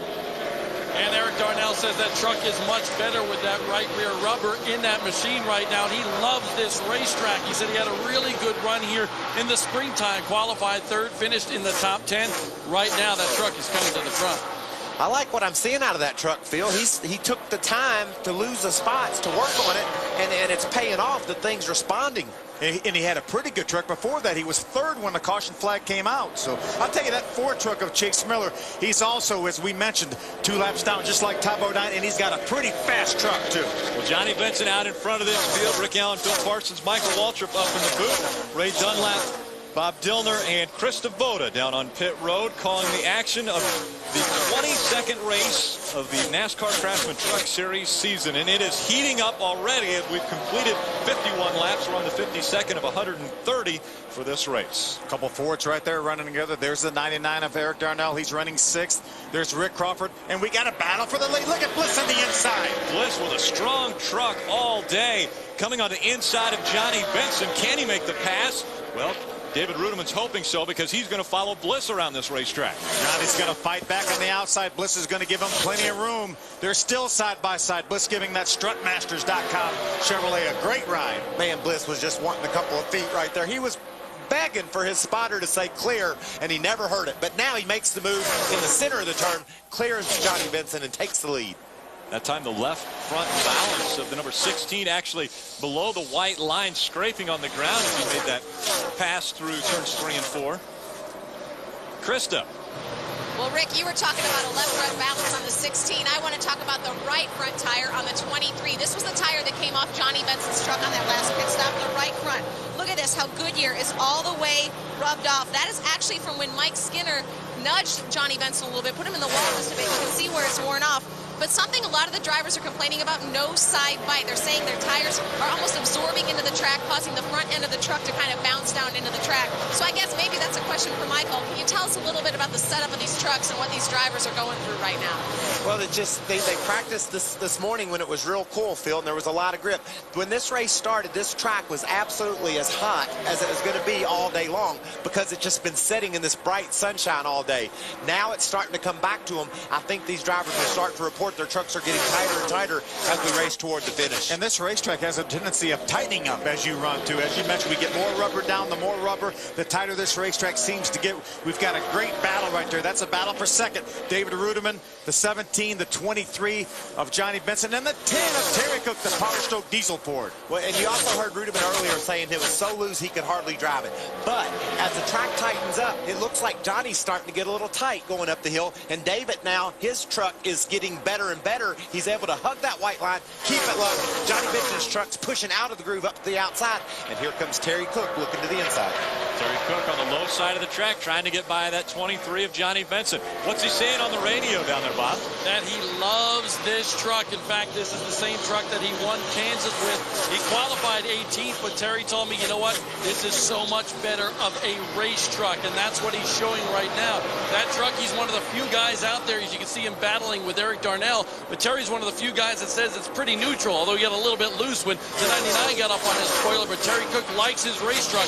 But that move right there by Eric Darnell also opened the door for Rick Crawford. Bob, he got a little bit loose, as you mentioned, and it hurt his momentum so much that it allowed the 99 of Eric Darnell and the 14 of Rick Crawford to pass him a half a lap later. But that trio of Fords are making this thing interesting. They're battling these Toyotas driving to the front, but we've got a Chevrolet in the front. Chevrolet out in front with Bliss behind the wheel. David Rudeman and Johnny Benson have taken their Toyotas back to second and third, and then it's 3 Fords lined up, 4th through 6th. Welcome back to Atlanta Motor Speedway in Hampton, Georgia. Mike Bliss beginning to put other trucks a lap down now. We've had a long green flag run. Bliss with a very strong truck. A guy who was competing with him earlier was Johnny Benson, but Benson now beginning to drop back. Here you see Johnny Benson. He's coming down into turn 3. He had lost his momentum, had a big run on the outside of Rudeman. Rudeman cut him off, but look how loose he gets right there. Almost spins the truck out. And when he looks up after having a great run off turn 2, he's got trucks passing him on both sides. We could see his hands. See if you can see his hands from this angle. He gets right here when a 99 pulls to his outside. He gets him loose. You see his hands switching back and forth trying to corral that truck. He ends up losing 2-3 spots through this corner. When he was running third, minding his own business, made a nice move on second. Now he's setting 7th. And when you get one of these things out of whack like that here at Atlanta, you're running so fast still. One little adjustment to the steering wheel, and you start that hospital hobble. You're correcting too much, and the thing just gets to whipping around on you. Just past the halfway point. Johnny Benson now back to 7th position. Our point leader coming in. Todd Bodine running 32nd, and he is 2 laps down. But now numerous trucks being scored a lap down because Mike Bliss running so strong. This is it for Todd Bodine. He's not going to get a top 20 finish here today, and I'll bet you that. Because when he fell back at Talladega, we're not at commercial break now. I know, I'm sure of it. When he fell back at Talladega, he got a break and got back in it. When he got behind at Martinsville, he couldn't overcome that, but he didn't finish terribly bad. But it was under caution, too. It was under caution. Now here, he's gone down, and everybody that Mike Bliss passes and puts a lap down puts him ahead of Todd Bodine to get a free pass. He's never going to get a free pass.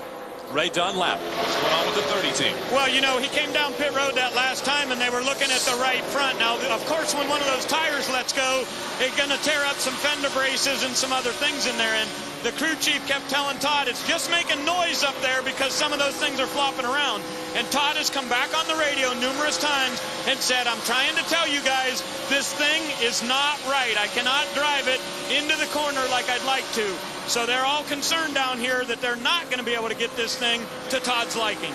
Michael, you hear how much he gets out of the throttle as he enters the corner. There's no way that truck's driving like Todd needs it to drive. Phil, you think there's any way that might be the championship shakes? You know, that thing just starts saying things to him he hadn't heard it say all year long. He's got a title right in his sights, and it's starting to slip away from him, and he's telling his crew, I don't even know what it's doing, but it's doing something wrong. Rick Crawford, just a little over a year ago in an amazing crash here, not of his doing, but he actually talks about it still in the back of his mind. But Rick Crawford right now moving to the front. He is second, right behind Mike Bliss. Bob Dillner, what's he talking about? Well, Rick Crawford, calm, cool, and collected all weekend long. What he is saying is that truck is a little loose. It's all good by itself, but when somebody tucks up underneath him, as we've seen time and time again throughout this race, it gets a little bit loose. But this truck that he is using, he calls it Flying Monkey. It's their downforce workhorse. He finished second at Kentucky and Kansas with this truck and third at Texas, but it's still looking for its first win, right?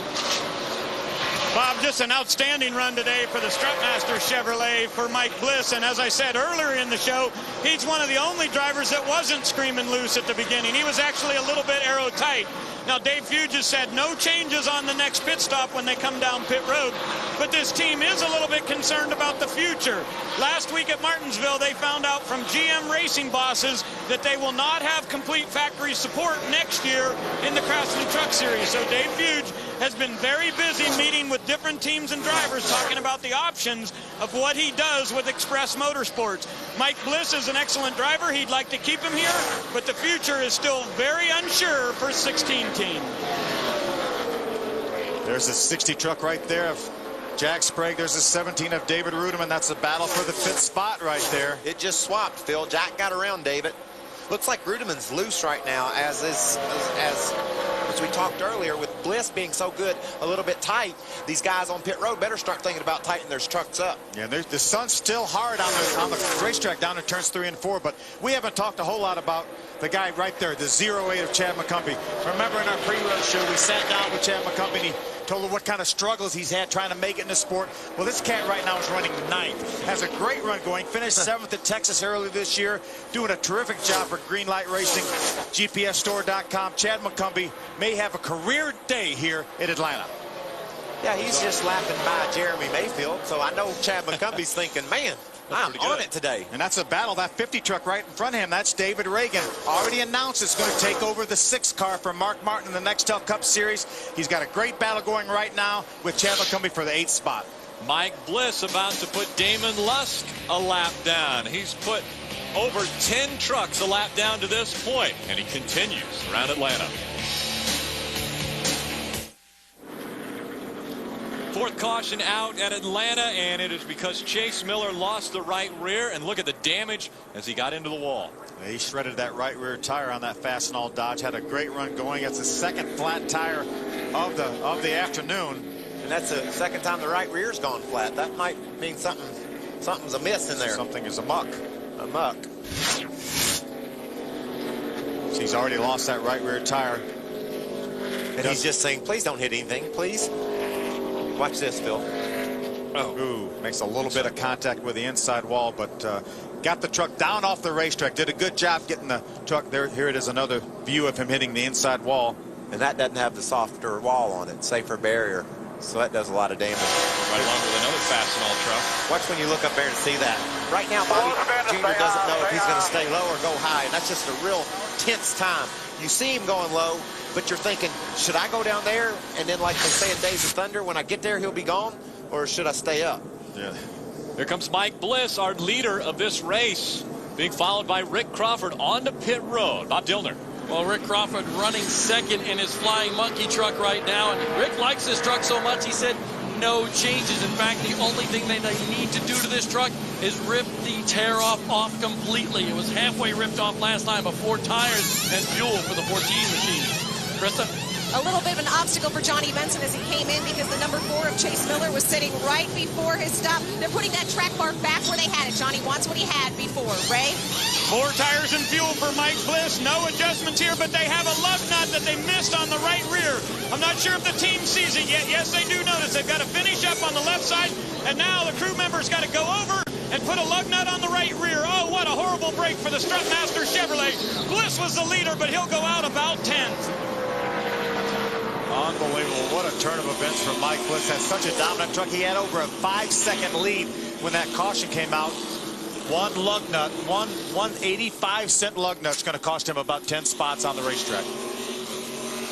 Aaron's lucky dog going to the number 5 Toyota Tundra of Mike Skinner. So he will grab a lap back and be back on the lead lap. Out in front, it's going to be Jack Sprague when we come back.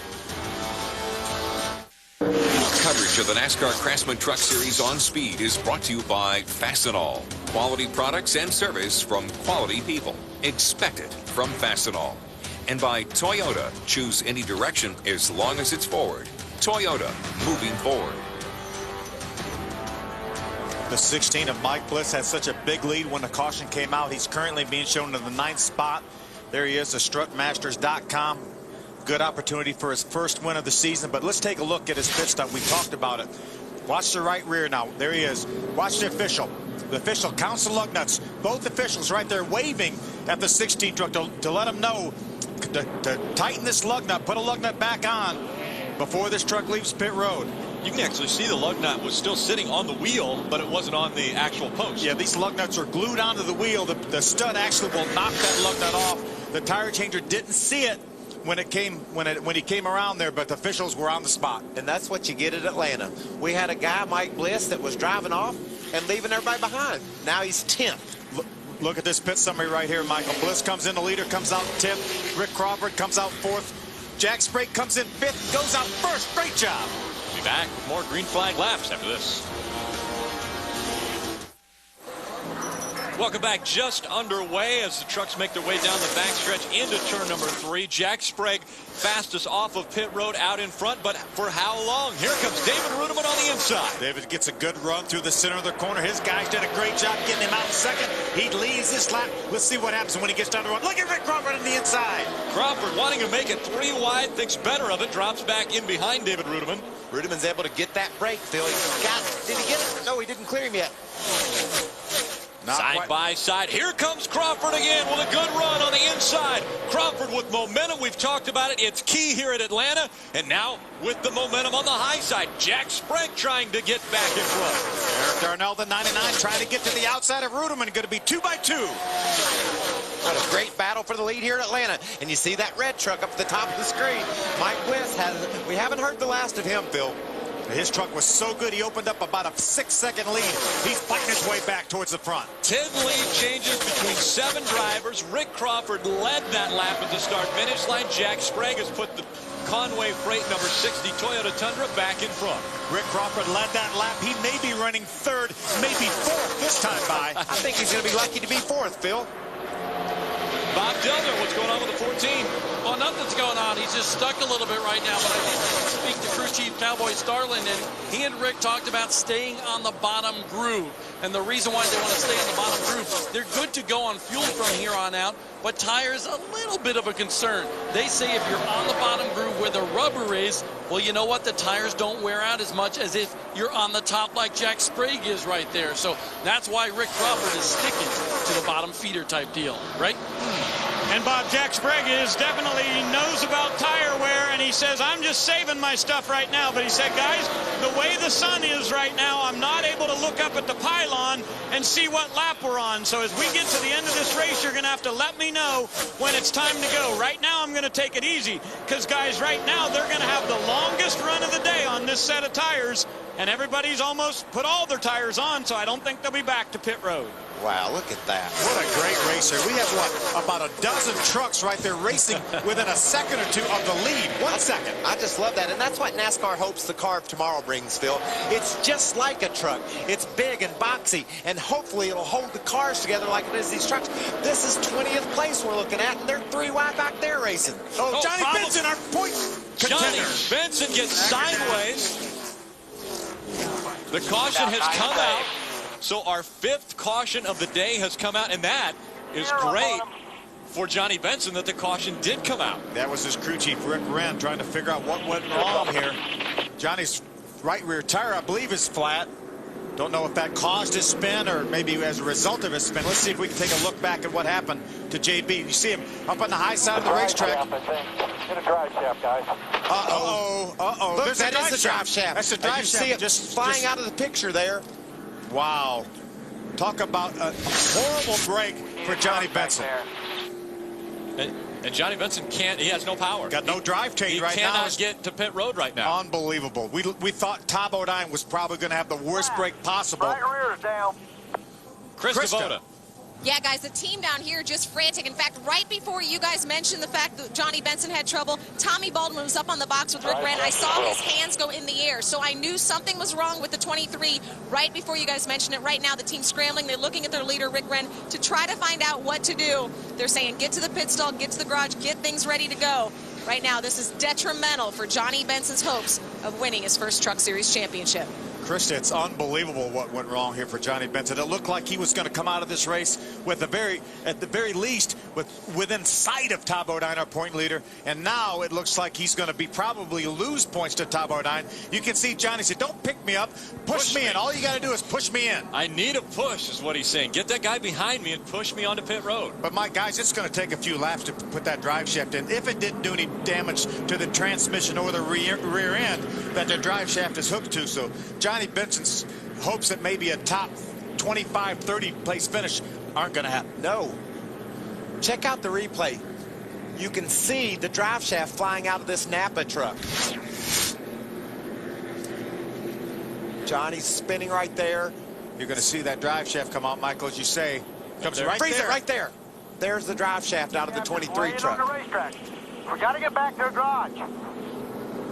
Now, why that would have happened, Phil, that's very, very unusual. We don't ever see any more drive shaft trouble. Sometimes leaving pit road, somebody may dump the clutch and get those wheels spinning and get too much grip and break something, but there's half of it right there. And you can probably imagine that when that thing broke, it cut that right rear tire flying out from underneath of it, which is why Johnny spun out. Yeah, that's a big shock that 23 truck, that Napa truck, would lose a drive shaft. Bad luck for Johnny Benson. Good luck for Damon Lusk as he gets the Aaron's lucky dog and will get a lap back and be back on the lead lap. A great run for Damon Lusk today. Yeah, and there's our friends from Red Rocks Cafe on the hood. They took me off.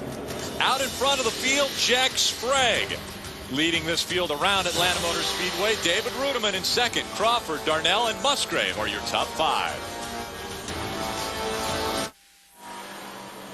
Following our telecast tonight on Speed, it's NASCAR Performance. Larry McReynolds and Chad Knaus take you under the hood and give you a technical perspective to get you ready for tomorrow's race here in Atlanta. Tonight, they welcome Jeff Andrews from the Hendrick Motorsports engine department. Plus, Booty Barker checks in with the boys all the way from Memphis. NASCAR Performance right after our telecast this evening, and our own Ray Dunlap part of that show as well. That's right, big part of that show. There's Chase Miller, the Fastenal Dodge, back on the racetrack.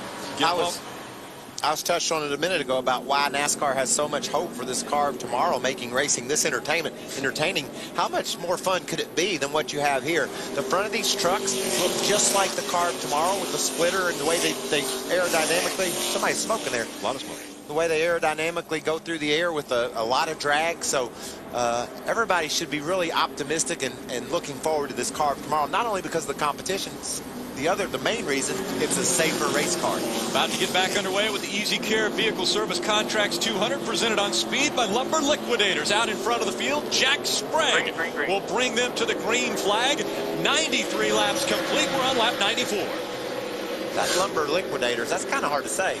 You gotta say it fast. Bit of a tongue twister. It is a bit of a tongue twister. Conway Freight Toyota Tundra out in front of this field, and then right behind him, that number 17 Toyota Tundra, 1 and 2, but then it's the Ford of Crawford and the Ford of Eric Darnell in third and fourth. And here comes Crawford again. To the inside of the racetrack, trying to work his way under the 17 of David Rudiman.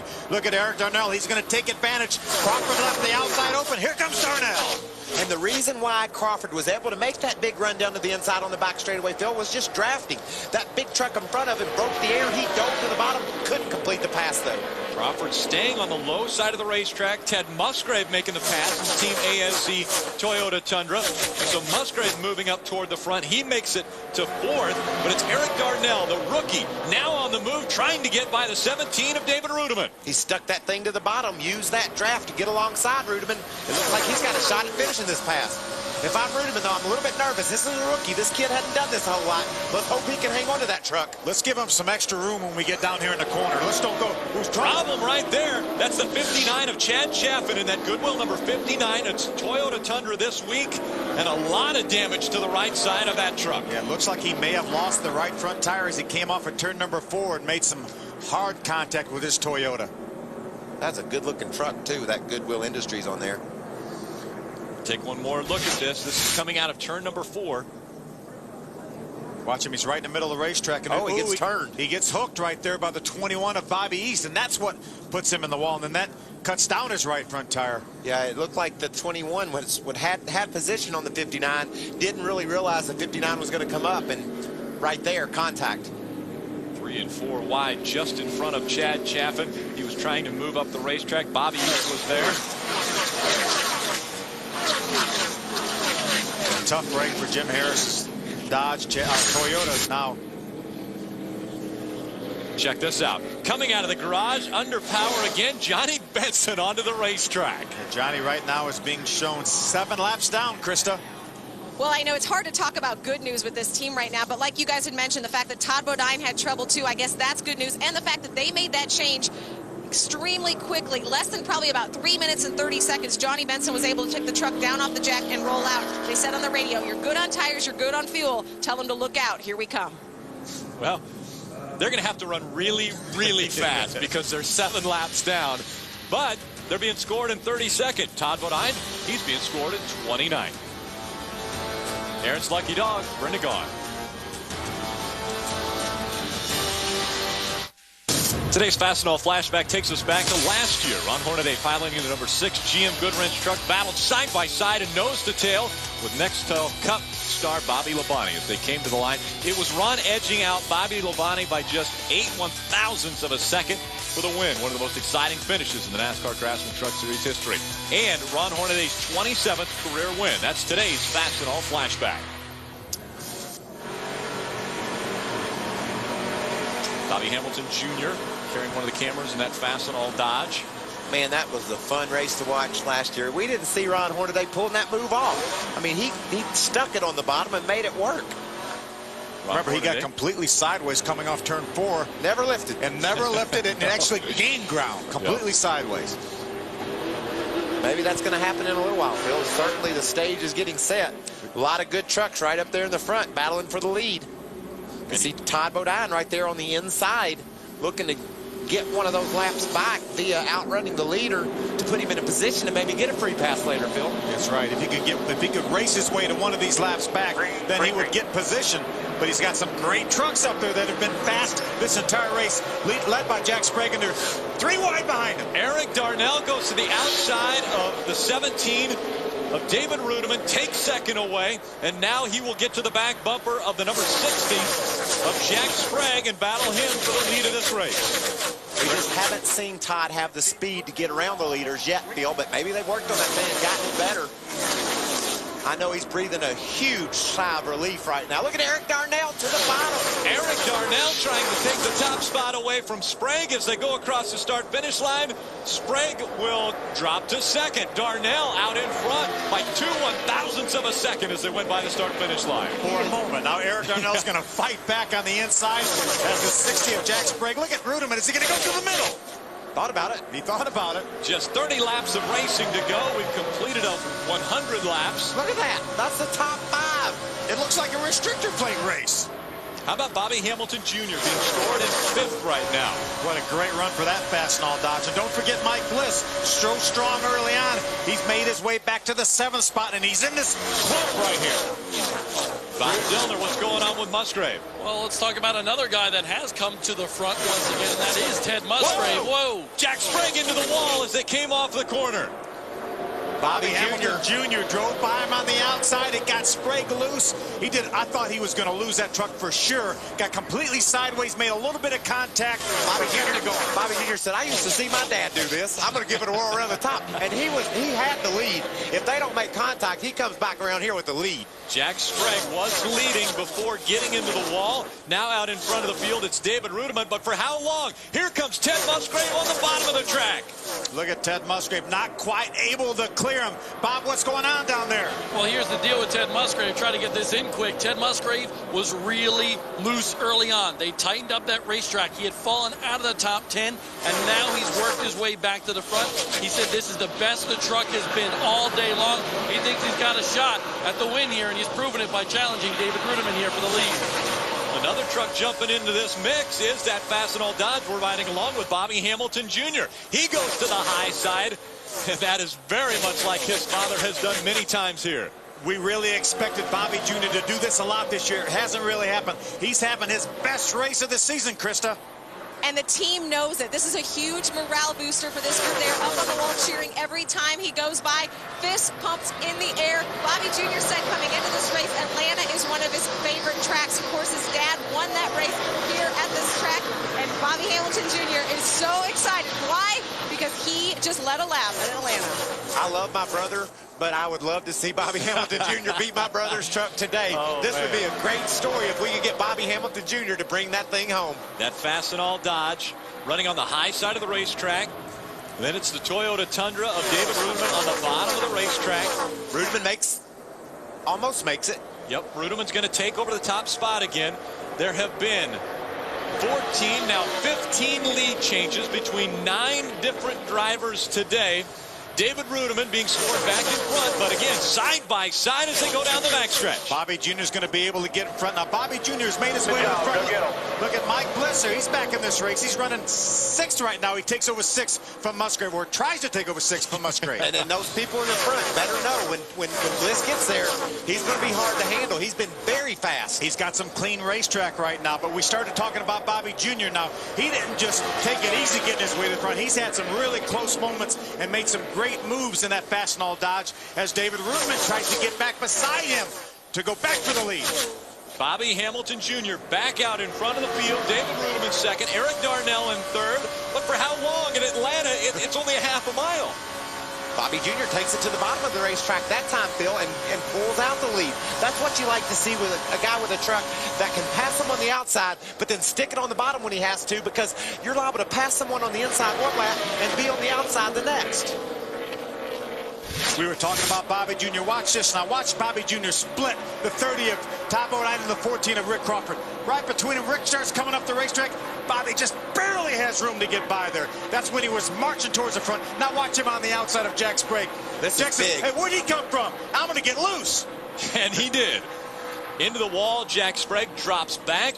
Sprague currently scored in the 8th position, and out in front of the field, it's Bobby Hamilton Jr. Whoa, now that was big right there. Bobby Jr. gave Jack a little bit of room. Jack got completely sideways, made a little bit of contact, and here he is leaving the race back up on the top of the racetrack, Michael. David Rudeman has tried to copy his line, run up high like Bobby Jr. is doing, so they're all sort of filling out their trucks right now, seeing what they've got, and there's a wild card in this mix, Phil. Nobody really knows about this 99. He hasn't been up there in the front fighting with these guys. So far, so good. He has driven an excellent race and battled for the lead. Remember, this is his 2nd time here. Eric Darnell ran this Atlanta race here in the spring. Martinsville, that was his 2nd time 2 weeks ago. He finished 3rd, so he's learned when he goes to these races. Fantastic racing continuing at Atlanta Motor Speedway. In front of the field, it's Bobby Hamilton Jr. Are we going to have another nail-biter at the end? I think so. EasyCare Vehicle Service Contracts 200, presented on speed by Lumber Liquidators. Those 4 trucks all battling for the top spot right now. It's a rookie, Eric Darnell, in the 99 out in front. But look out for the 16 of Bliss. Michael, we've been watching him. We know he's got the fastest truck on the racetrack.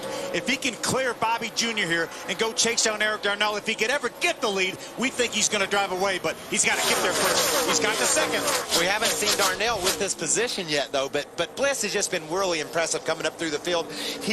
He is going to be able to get this lead, I believe. I don't think anybody can beat Bliss today. Look at that truck right down on the bottom. The valence scraping along the road. Everybody else, sideways. Mike Bliss a little sideways. Eric Darnell still out in front of this field, Bob. And Eric Darnell is super happy. The entire team up on the wall right now, rooting their driver on as he leads this race. A couple laps ago, the crew asked him, hey, what do you think? He says, I think we can win this one if I can get the lead. I don't think anybody can take it from me. He said his car is really good in clean air, and that truck right now, as we got the caution coming back. Caution has come out. There's a fire on the number 75 Spears Manufacturing Chevrolet. We see Eric Almirola over to the right. That's him with the helmet on. He obviously got out of that truck, so not sure exactly what happened to the 75, but that's going to allow these guys to maybe catch a breath, and then we're going to have a shootout. You know, when we come back from commercial, we said these 4 trucks are really trying to figure this out. By the time we ran 2 laps, 2 more had joined them. There's 6 of them fighting for the lead, and now we're going to bunch the whole field together. Whew, this is good stuff. I think that's actually bad for Eric Darnell because Mike Bliss is so strong. Being right there on the restart, it's going to be tough for anybody to hang on to the bumper of Mike Bliss. And it's going to be critical for these guys to get a good restart. We've seen these trucks spin the tires on these restarts, so it's going to be extremely critical for Eric Darnell to get a clean restart, not spin his tires, right? Hey, Eric Almirola had just come on the radio saying this thing's about to blow up. It sounds like the motor's about to go, and that obviously is what happened there, where the fire came from. So when it blew up, probably blew some oil up onto the hot engine. That's where that flames were from. He's out of the truck and okay. It's good news. Eric Darnell out in front of this field, and Eric Almirola out of the number 75. That's the trophy everyone's fighting for, and we're getting close. Only 13 laps to go.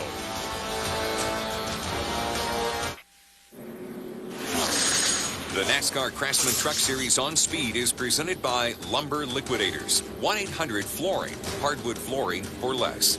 Brought to you in part by Ford F-Series, built for bold moves, built for tough. And by Honda Generators, the power of choice. Let's go trackside to Chris Devoda. Guys, this is more than a race for Bobby Hamilton Jr. and this entire Bobby Hamilton Racing organization. This is medicine. You are looking at Bobby Hamilton Sr. on the pit box. No, we don't have to tell you what he's been through, what this entire team has been through with his cancer. It is in remission, but they are in need of a good performance. It has been such a down year for them, of course, medically, emotionally, spiritually for this team, but on the racetrack as well. This run, regardless if Bobby Hamilton Jr. wins this race or not, this is exactly what this team needs. I said, what would this mean to Bobby Sr.? Said as much as he would want it for him, he wants it more for this organization. Well, when they get ready to go green right here, Phil, this is going to be a key. I mean, can Eric Darnell be cool and not try to shove the gas pedal up to the carburetor? You know, he's just got to squeeze that thing down and get the truck rolling, because we've seen everybody with the lead spin their tires. Let's watch it real close now. There's Bobby Sr. right there. What a great look at Mike Bliss. He spins his tires and Eric Darnell drives away. Bill Lester spinning his tires, getting in front a little bit in that Fastenal Dodge, and Bliss or Bill Lester will drop back. And how about the 19 also dropping back there? We worried about the Eric Darnell, the rookie, having trouble on the restart, and it was a veteran, Mike Bliss, who spun his tires, but he's only 2 truck lengths behind right now. He rebounded in a hurry, Phil. He's going to dive all over the back of that number 99 truck. Look at Terry Cook, the 10 Power Stroke diesel Ford on the inside of Bobby Jr. Side by side as they come out of turn number 4. Here comes Mike Bliss. We talked about how strong that truck has been all day long, and now he gets by on the inside, Eric Darnell. And that's the only guy that's been able to do that consistently, Phil. Everybody else has had to battle and just dig and do all they could to get a pass completed on the bottom. Bliss does it the first try. Yeah, very, very good truck right there. Watch him now. He's going to stay on the bottom. There's our good battle for third right there. Terry Cook takes over the 3rd spot from Bobby Jr. Good battle for 5th there. You see Ruderman and Musgrave and Crawford all battling along side by side. We mentioned at the beginning of the show, Ford has never won at Atlanta in the 4 previous races. Eric Darnell was out in front at the restart, but now it's a Chevy. Mike Bliss out in front of the field. That 16 truck is so good on the bottom of the racetrack. As you mentioned, Michael, he's the only truck that has been able to run around the bottom of the racetrack as fast as he is. And a truck on the bottom will outrun one on the top if they're both working right, because it's just a shorter way around. And Bliss is able to do everything he wants with that truck right on the bottom. And, man, I don't think anybody's going to catch him. Eric Darnell has dropped back to 2nd, Bob. Well, Eric Darnell did everything the crew told him. Michael, as you said, they were telling him, hey, don't spin your tires. Don't lose this lead on the restart. Well, he didn't. Mike Bliss just very tough, but they told him, hey, Eric, explore the racetrack right now. You're losing ground on that outside. If you can run the middle of the track and get him and track him down, go do it. But right now, Terry Cook, very good on the inside of him right now. A battle for 2nd. Terry Cook likes his racetrack. In fact, very neutral right now. It was loose early on, but Terry Cook is coming. Bob, you're right. He had the fastest lap on the racetrack the time before last. This past time, Mike Bliss was the fastest because he had clean racetrack. But he's cleared him.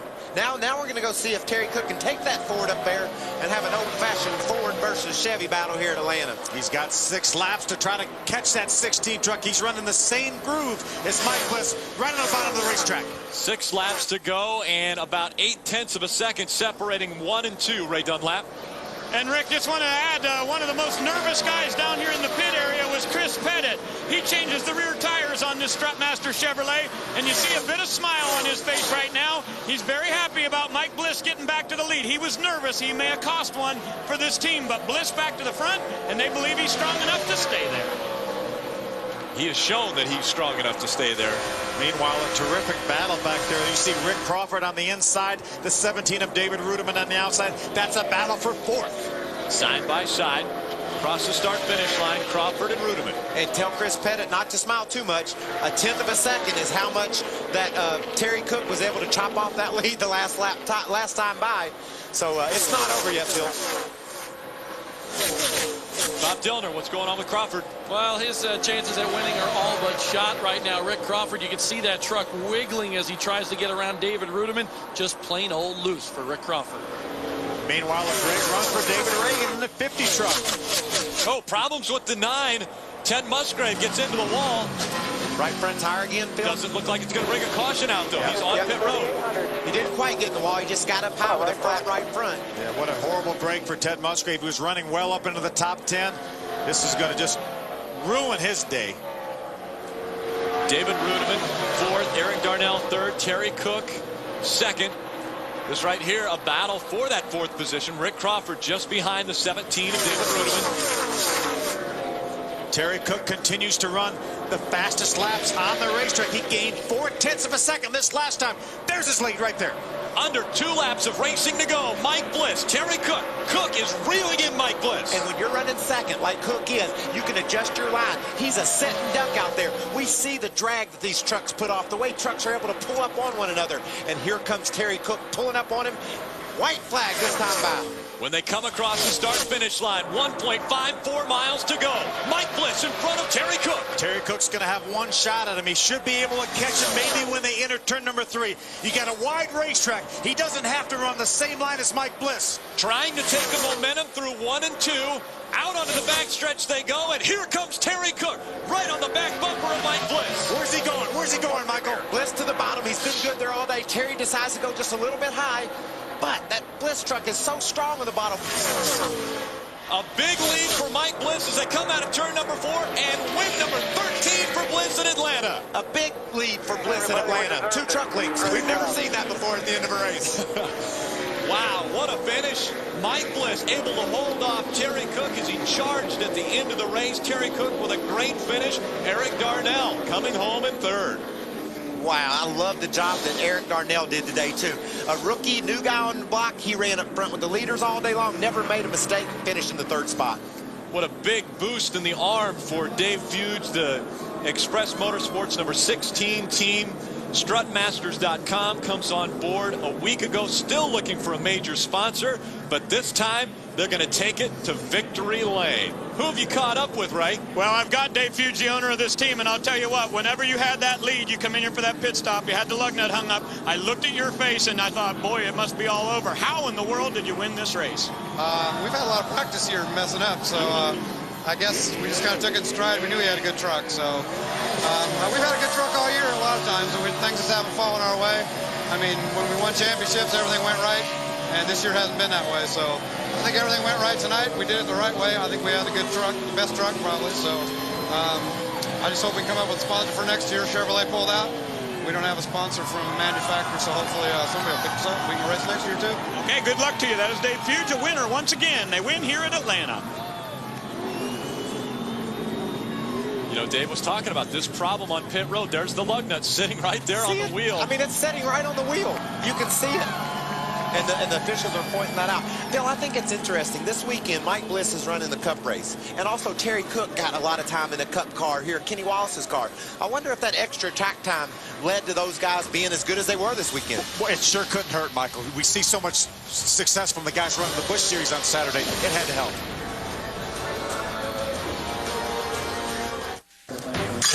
Speed's coverage of the NASCAR Craftsman Truck Series post-race show is presented by Craftsman.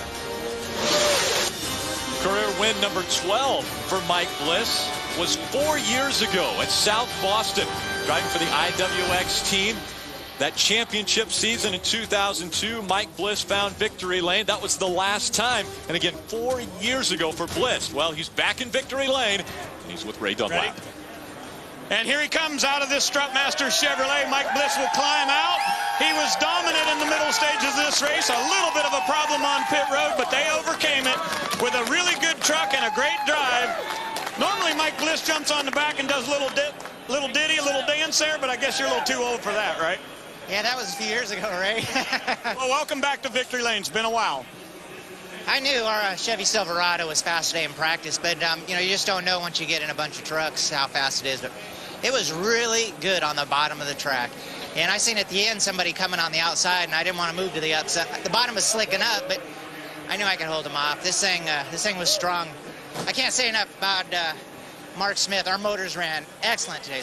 Best motor I've had. So, Strutmaster, you know, thanks a lot, and you can't beat this Chevy today. Man, it was fast. Congratulations, Mike Bliss is back in victory lane. It's here at Atlanta.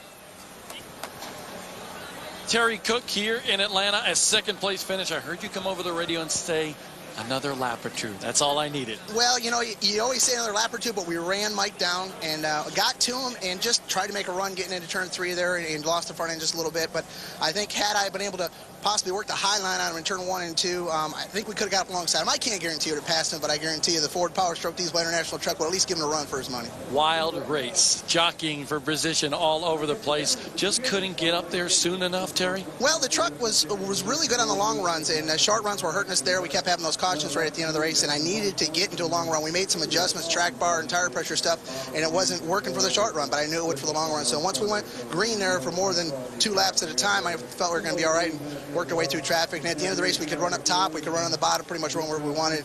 It's amazing when the sun goes down here how much track grip this track gets. We were almost wide open around here at the end of the race. It was pretty awesome. Well, with a win and a second place now with this particular racetrack, I bet you they may be bringing it to Texas next week. What do you think, guys? Quite possibly. Ford again held out of victory lane at Atlanta, but Chevy congratulates Mike Bliss, the number 16 Chevy Silverado on today's big win. No truck has dominated the NASCAR Craftsman Truck Series like the Chevy Silverado. Chevy, the winningest name in racing, an American revolution. Bliss celebrating. It's been 4 years since he found victory lane. Dave Fuge very happy. The truck owner finally back in victory lane. Speed's coverage of the NASCAR Craftsman Truck Series post-race show is brought to you by the official tools of NASCAR, Craftsman. Chris Devoda is caught up with one of the drivers who had an extremely tough day and looked good going into the middle of this race, but Johnny Benson struggling toward the end, Krista. Yeah, it looked really good for a while. And Johnny, I don't know if that's really kind of pouring salt in the wounds because you guys had such a strong truck. What happened there with the drivetrain? Well, we just had a couple drivetrain issues this year, and it's just the drive shaft, you know, and the drive shaft just come apart and made for an interesting ride, that's for sure. But guys did a great job getting it changed out, and just it was a good day for us, you know. I mean, everybody just ran good. I mean, just glad Napa's on board. Toyota certified used vehicles and XI batteries for being with us all year. We've had a great year. We just can't, you know, Todd's just having a great year, and just and we both are, and it seems like we both have little problems. We both have them on the same day. I don't know what that's about, but it just one of those deals. So we'll just go to next 3 and do the best we can, and that's all we can do. That's the irony, the championship contenders. When one has bad luck, so does the other. Bob, who have you got? Second straight top 5 finish, actually top 3 finish for Eric Darnell. Good run here, but you were flirting with that first victory. How close was it, Eric? We're getting close. Week in and week out, I think we've been running better and better. Our Northern Tool and Equipment Ford was really good tonight. There before that last yellow, we had her wound up on the top side. And I knew Bliss was coming. I knew he had been fast early on, but we're hoping we'd be able to hold him off up there. And unfortunately, we weren't able to. We had that last yellow. But all in all, another good run for us here tonight. You look a little disappointed. I am a little disappointed. You know, like I said, we're getting closer and closer to that first win, and we're just not quite there yet. But we're hoping to get one before the year ends, and then we're, you know, hoping to be a championship contender next year. Well, since Northern Tool came on board, they ran top 5 at Talladega until trouble, and then 2 straight top 3 finishes, Krista. Well, if you talk to one championship contender, you have to talk to the other. The points leader, Todd Bodine, it looked like you were going to have a terrible day in terms of the points picture, and then Johnny has trouble. So do you walk away from this track, even though you're disappointed with your run, thinking, hey, we kind of walked out, we survived one today? We dodged a huge bullet, for sure. You know, we got that flat tire, and I got in the wall, and 2 laps down, and I'm like, oh, boy, here we go, you know. And I come around there and saw Johnny sitting there. I couldn't believe it. And, you know, like Johnny said, I mean, it's unfortunate, but it's fortunate. We had problems on the same day, so it kind of was tit for tat. Didn't make a difference. Unfortunately, it's both our Tundras, and you know, we're not giving up by any means. This Lumber Liquidators crew's working hard, and we missed the setup today. We weren't running that well, and just started chunking the outside edge of the right front up. And so I moved to the top of the track. I knew it wasn't going to be long, and then sure enough, even before I could say anything, it was down. But, you know, we survived. Didn't get hurt too bad in the points. David had a good day, so he's coming from behind. We've got to watch him, but, you know, it's a bad day turned out to be not so bad after all. And, I want to say hi to Ashlyn. Love you, Pumpkin. Yeah, what if I told you you actually gained 7 points today? That's incredible. I guess, like Johnny said when he left, he said, you know, I guess it's your year. You know, I mean, when it's going your way, it's going your way. I mean, you know, we've run really well here with our Tundra. We won in the spring, and we had a bad truck that didn't handle. We got a flat tire, still gained points. So we can't complain too much. All right, it's ugly, but they'll take it. Yeah. Guys. Take a look at our Ford point standings after 22 events. Todd Bodine, Johnny Benson, 7 points gained by Bodine. Yeah, Mike Bliss jumps up into the top 10 by virtue of his win here today at Atlanta. We'll be back with more from Atlanta after this. The team continuing to celebrate in victory lane. Mike Bliss grabbing a career win number 13. And it comes at Atlanta Motor Speedway. How would you like to have that job where you hold that sign like that? He's doing a good job. Not a bad job to have. How about that? The first Toyota in fourth. That's something we hadn't seen a whole lot of this year. Great run for those two Fords and that Chevy. But another top 5 finish for the Toyotas, which I don't think they've ever finished outside the top 5. How about David Reagan finishing 6th, guys? And Chad McCumber, we talked about him at the very beginning of the show. He's amazing. And tied his career best finish to 7th. He just knocks it out. And of course, it was so much fun seeing Bobby Jr. running up the front. Kelly Byers, his first ever start in the NASCAR Craftsman Truck Series. He comes home in 19th. And then the problems for our championship contenders. Todd Bodine 2 laps down. Johnny Benson 7 laps down after breaking the drive shaft. Ted Musgrave also having a flat tire late in the going, running up in the top 5. How about Mark Martin, the first truck off the racetrack? An amazing turn of events for that veteran in the Craftsman Truck Series. Let's go down to Ray Dunlap.